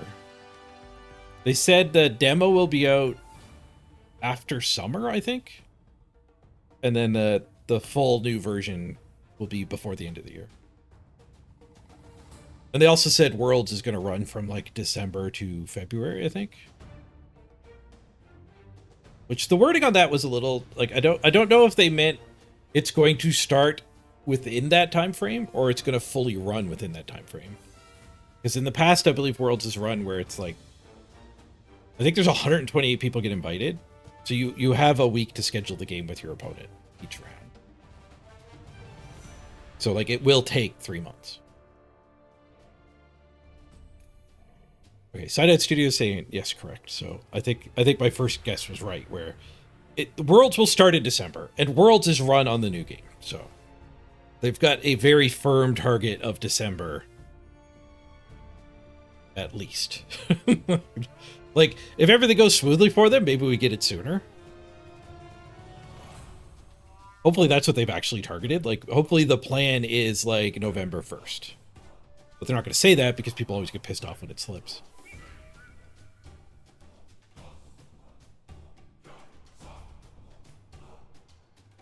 So, you know, fingers crossed.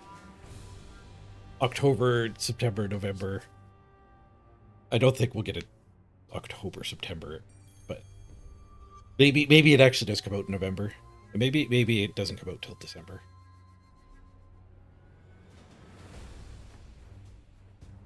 Which does amount to like pretty much a year delayed, which kind of sucks, but a lot went on. Getting a new publisher, almost going bankrupt. There were some existential threats that are behind us. But Slytherin did a live stream a week or two ago, Byron, and the number one thing they said was, we survived, Blood Bowl's fine. And yeah, before the end of the year, hopefully we're playing the new rules.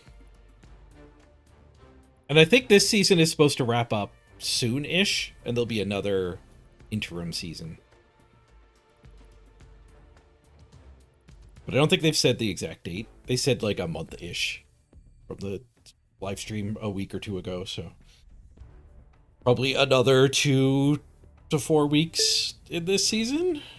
Unless Sideout Studio wants to leak something. A year filled with adventure, yep. Slytherin are solid. You've got several games from them. And they do stick with their products, so you're optimistic. Nice. The studio rolled a 4+ on the regen. Yeah. Yeah, pretty much. All right, I'm going to jam the expensive mistakes and lock that in. Lose a little bit, but that's fine. Only slightly into the chance to lose money.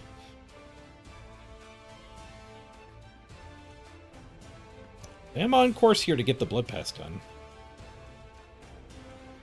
Hopefully this season doesn't roll until I get the second copy of the Flaming Tree. I might already have the second copy of the Flaming Tree, so I might have it essentially done. There's so many legendaries in this one. I think the next Blood Pass is supposed to be similar, just chock full.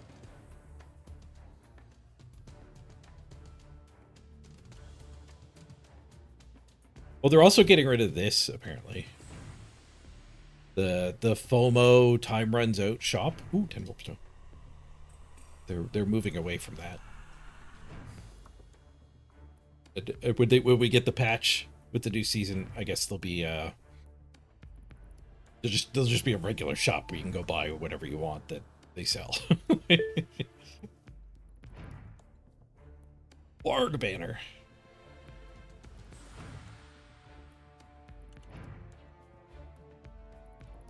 The flip side of that, though, is they are changing. I wonder why it was so expensive, but it's just because you get a full set. The flip side of like getting rid of the FOMO, which is great, very pro-consumer, is that they're it's going to be cash only for the new teams in the new edition. So if you're sitting on Warpstone and you have some teams that aren't unlocked, you're going to want to do that before November, December, when the new version goes out. Want to buy Wood Elves or whatever you're missing. And the Warpstone will move with you, but it will be for cosmetics only. Teams are going to cost $5 or $10 just in the Steam store. So that does suck. It was great to be able to get them for free. Hopefully they're not too expensive. And like, it's still a lot cheaper than playing a game that insists you spend money every month on a Blood Pass. Like, I've played some card games where it feels like they're technically free to play, but if you're not paying, you're a second-class citizen. Even games where it's like the hero or the card in the Blood Pass will be available like next month for everybody for free. It's like, okay, but that means there's always one chunk of content that is not available to free players. Like, as soon as we get the Captain America card, there's now Spider-Man Begins or whatever. Like, Marvel Snap works that way. There's always some number of cards hidden behind the paywall. And like $5-10 a month to play a card game is kind of rough in my opinion. I like card games a lot. I don't like the monetization model on very many card games. I actually like Artifact the best. Artifact was the best by far, but the community hated it because you could not free to play Artifact. But you could literally get tournament winning decks for like $20. Like legitimately $20, and you're playing the best deck in the game. Where if you want to play the best deck in the game in Hearthstone, like you can play Hearthstone for free. But if you want to copy the deck the guy won Worlds with, you're spending hundreds of dollars. Or playing the game as a chore and like doing your dailies constantly. That is a pro of Hearthstone. When I played it, which was admittedly years ago, they've changed the systems. They did give out enough free-to-play stuff where you could have maybe half the cards. And like that would mean you could have a handful of competitive decks all the time. For free. But if you want to play a game like Magic or Hearthstone and you want to be competitive, like you want to be able to play whatever new hotness is out, then it's so much more expensive than Artifact was. But Artifact was not free. It was like literally a $20 game in Steam, and it came with $20 worth of packs. So, but you had to pay upfront to play it. The community hated it, and they canceled the project. But maybe most people don't play like me.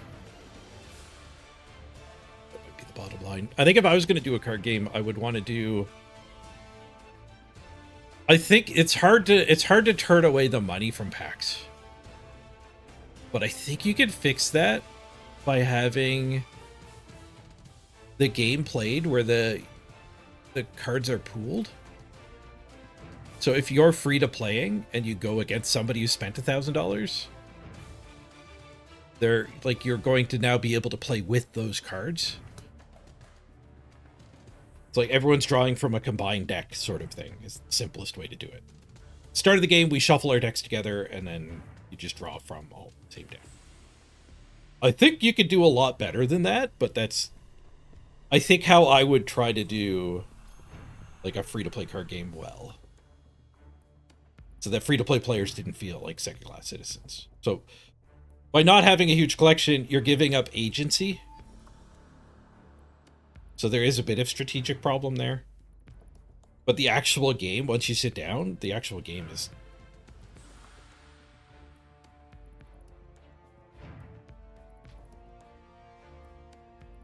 I also thought it might be fun to do a card game as a PUBG. And then the deck you bring gets scattered out of the plane. And maybe you have an advantage of like your cards show up on your radar. But people going in with the $100 cards, like you still have a chance to go find them. And then there's a pretty big advantage if you know like where to go to gather like half of your deck and your deck synergizes. I think that's still a big enough advantage to make people really look forward to having cards. But I think you could free to play it without feeling like a second class citizen.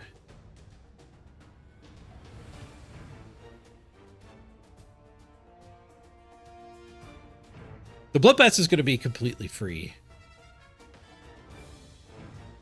Is another huge benefit. So it's full of cosmetics and everyone gets to enjoy it. Not this stuff where like this one is available for free players and this one's available for free players. But if you're a free player, you just like, as you're growing, you're like, oh, well, thanks for showing me what I'm not getting constantly.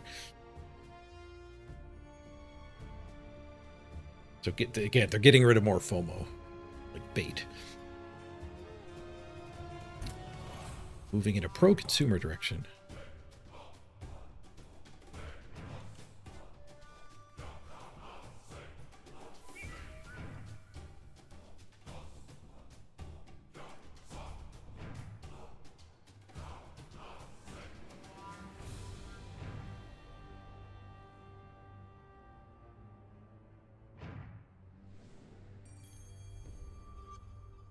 Yeah, Byron, it's hard for you to find time to get games in, so you haven't been able to get the blood passes done.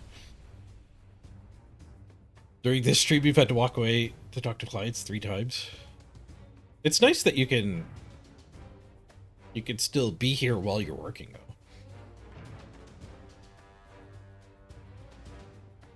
though. Not many jobs have that feature. But yeah, you what you're doing on your downtime can't be a multiplayer game. Apparently a lot of people play single player to get the blood pass done.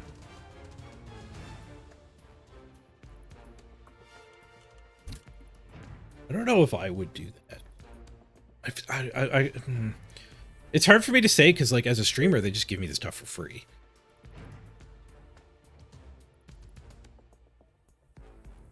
But I really hate games as chores. I really do. I don't like logging into card games to do the dailies.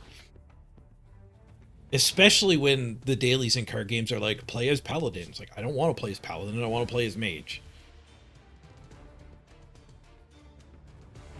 But, fun fact, that's a big part of Hearthstone's success is actually that system. Because your opponent doesn't know that you're playing your least favorite. And like your deck sucks. So when you play a game of Hearthstone, there's a really solid chance your opponent is handicapped and you don't know it. So like you win more Hearthstone games because the daily quests are pushing people into uncomfortable directions where they don't have all the cards. But I personally really don't like that. In theory, like, I actually like picking random. Like in League of Legends, like, give me a random hero, and I'm happy. In a fighting game or whatever, I've always been happy to play the whole field and do it randomly. But in a card game, being randomly told which to play, like, card game has prep work. Like, I guess you could say fighting games have prep work. I want to be good at them. I've never been good at a fighting game.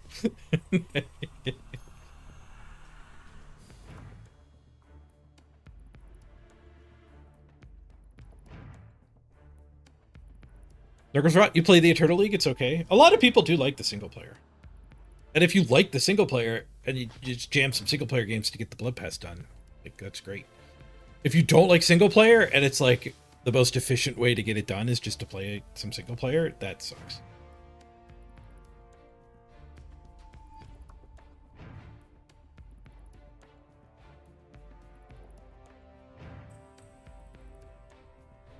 They are supposed to make the single player a lot better in the new. Like, apparently they're putting a lot of work into the AI. And just the single player experience all over. Like, right now, I think if you set up your own league with a bunch of AI, they don't level their teams up. But they said they're going to in the new version. So that your league, you can make a league of like 3 AI and yourself and play a whole bunch against those teams, and they'll develop, and you get to see what they look like as games go on. I think for our community, I think there's a lot of people who just completely disregard single player. Once you're at to the point where you're on Twitch and trying to get better at the game, you're probably starting to step away from that Venn diagram. You're not overlapping with the single player people as much. But I think a lot of people like American football, or they like Warhammer, and they end up downloading Blood Bowl without knowing what they're getting into. And those people, I think, end up as single player people. And like having fun with it.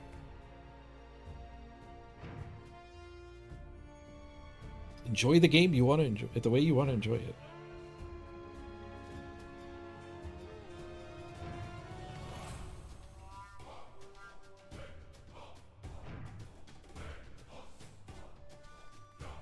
Oh, that's a good point, Flash Freeze. Yeah, in Hearthstone, if you had a quest to play as Paladin, and you fire up a draft and play the draft as Paladin. Yep, that's a great way to get your quest done. I think Hearthstone also let you throw one back every day, so that's a big thing. That's a huge benefit. Like, if you're looking at 3 dailies and you can throw one of them back and re-roll it. You never actually have to play as Paladin. You could just throw it back, and if Paladin shows up again, you just ignore it, and then like you'll get one more daily the next day. So you can have 3, and they build up. So eventually you can get rid of the stuff you really don't want to play.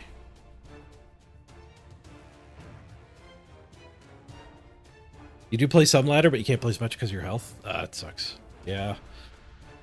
The fatigue has made it hard for me to jam as many Blood Bowl games as I used to. I actually feel pretty fine now. Like, I'm hungry. But if push came to shove, I could probably play more.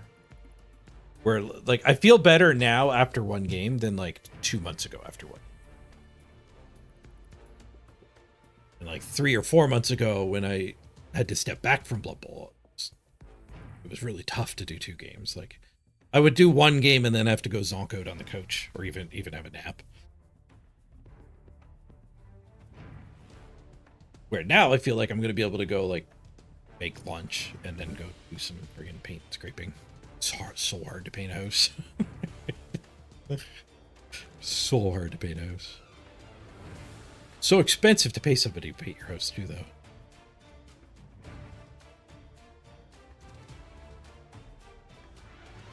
Papa Durgle asks too much of you. You just want hugs? You shoving then? I don't know that slang. That kids talk? Shoving mean like leaving? To me, shoving as a verb is going all in. Poker. From the context, it sounds like we're just shoving ourselves away from the table and leaving.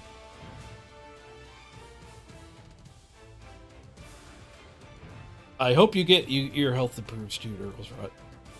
I'm very hopeful that the Ozempic will make my weight loss journey go a lot easier. I did, like, it's been 2 months since the sleep doctor told me I needed to lose weight. And in those 2 months, I have lost like 15 pounds, but it has been so rough. Like, that's a big part of why I didn't stream for a month. Was like, that was when I got that phone call. I was like, all right, I'm going to do my best to lose weight, and I'm not going to have, like, I already didn't have much energy. So like, I'm going to have even less energy not eating enough. So that's why I took a month off streaming. There's a whole lot of just like being hungry in the last 2 months, and like having a small amount to eat and being hungry, like wanting seconds and just saying, nope, we're done for now. And the Ozempic apparently is supposed to like make that kind of easy mode. So it'll be less a need of willpower, and it's just like being satisfied with eating less.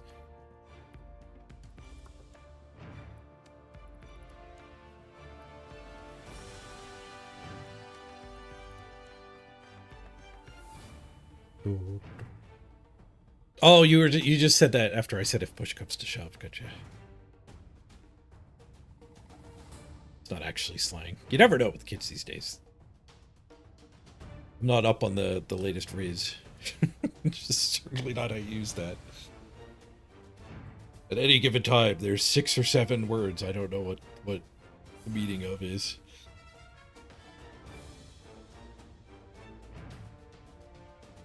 It's kind of like the whole 6-7 meme is kind of funny to me as somebody who does not have kids. I don't have any exposure to kids at all. But I was watching a video of like some content creator, and he just interrupted what he was saying and said, "My daughter just said 6-7." That made me realize, wait, are y'all with kids just hearing 6-7 get yelled randomly constantly? Because for me, the only time 6-7 comes up is like when I'm completely engaged with it. Like somebody's making the joke. But as a parent, if it's just like, you're not paying attention to what your kids are doing, and it's just like they're watching TV quietly, and all of a sudden they're yelling 6-7 at the top of their lungs. And then being quiet again. Is that the nightmare that parents are living through? Uptech, you're on Wegovy. Wegovy is the same thing, yeah. Wegovy is the rebranding that's just a higher dose of Ozempic. I'm actually on semaglutide, which is the generic version. The same thing. The generic literally just came out. It was $110 for 6 weeks worth of the stuff. And I watched a video that's like said it could be like $1,000 a month. But that's in America, not Canada, which I assume is more expensive anyways. And the generics definitely would have made the prices plummet.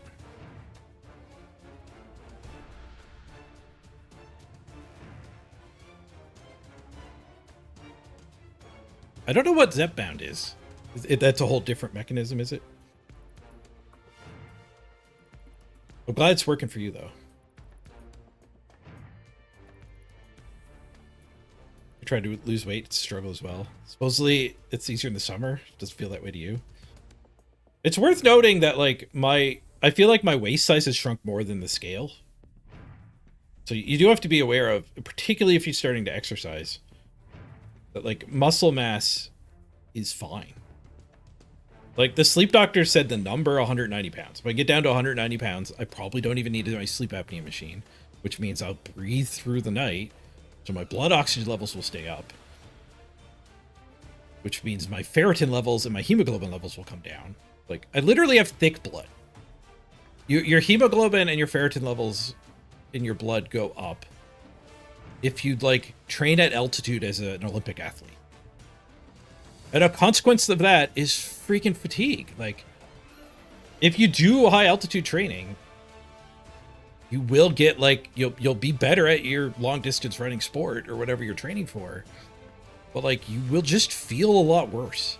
And it's like your blood just is literally thicker. Because it's better, your body becomes better at using what oxygen it does have access to. So if you train at altitude for a few months and then you go down to sea level and you go to the Olympics, your body's just ready to ship oxygen around way better. But it comes with the fatigue. And I'm kind of getting that because in the middle of the night, I just stop breathing if I end up on my back. Then your body, when your blood oxygen level drops low enough, your body does wake you up with a big snore and a snort. But you're still triggering your blood to get thicker.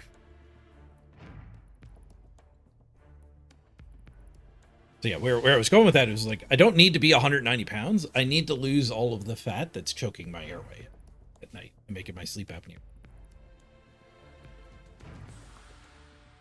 Then I brought that up with the doctor yesterday, and he did say to measure, use a tape, like not a tape measure, not like a construction tape measure, but you get like a flexible fabric tape measure, And you measure from like your belly button around, gets you your fat. There's not much muscle there, it's all fat. And then you measure 10 centimeters in from your elbow. You measure around there, and there's very little fat. So you want that measurement to not be shrinking. You want your belly measurement to be shrinking. And then your thighs, you go like 10 centimeters up from your knee. And that is, again, very muscular and not very fatty. So he said if you measure all of those, and like, if I'm losing muscle mass, then I need to work out more. Because when you're on these drugs, you do, like, the most common side effect is losing muscle mass. Which is also just kind of a side effect of losing weight. So I got to do push-ups and squats. Do some body weight fitness.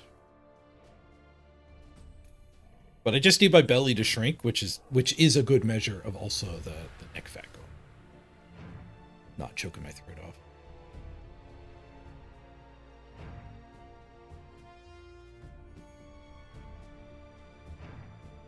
It sucks there's no easy number to just measure. There's like abstractions still. Measuring your circumferences. Where the scale just gives you that number, right? It's so tempting to put too much weight into that number on the scale. And the number on the scale has got like how much water content you've got. Like, it's a good estimate, but like any given day, it could be all over the place.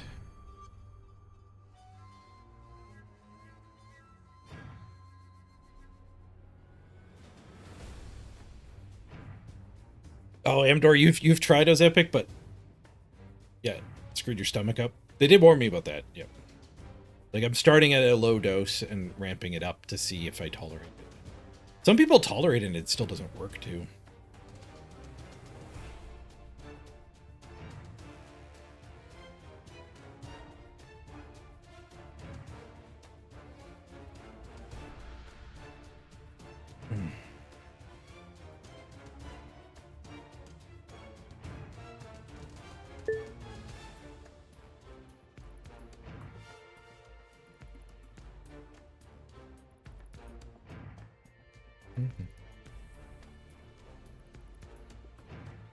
It is nice when the scale number gets lower, but it could be like I said, I lost like 10 pounds fairly quickly, but it has plateaued.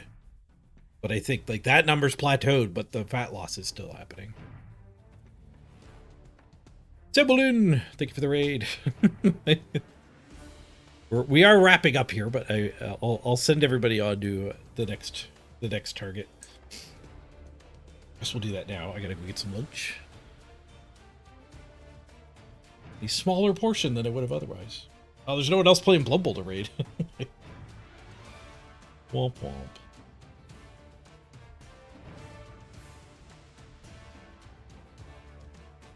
Space Cadet streaming something. Oh, let's raid Space Cadet. Sir, we have an orc problem. Sounds topical. Y'all might enjoy that. Space Cadet's great, so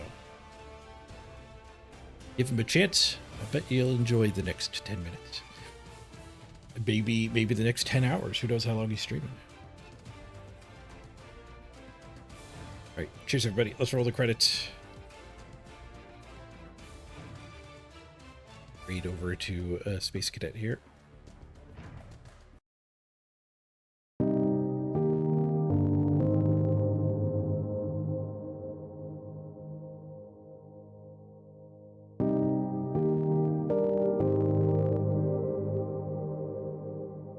By Simba now, not as strong, but it does work a little bit. That's good. Getting some help is better than no help. All right, cheers everybody.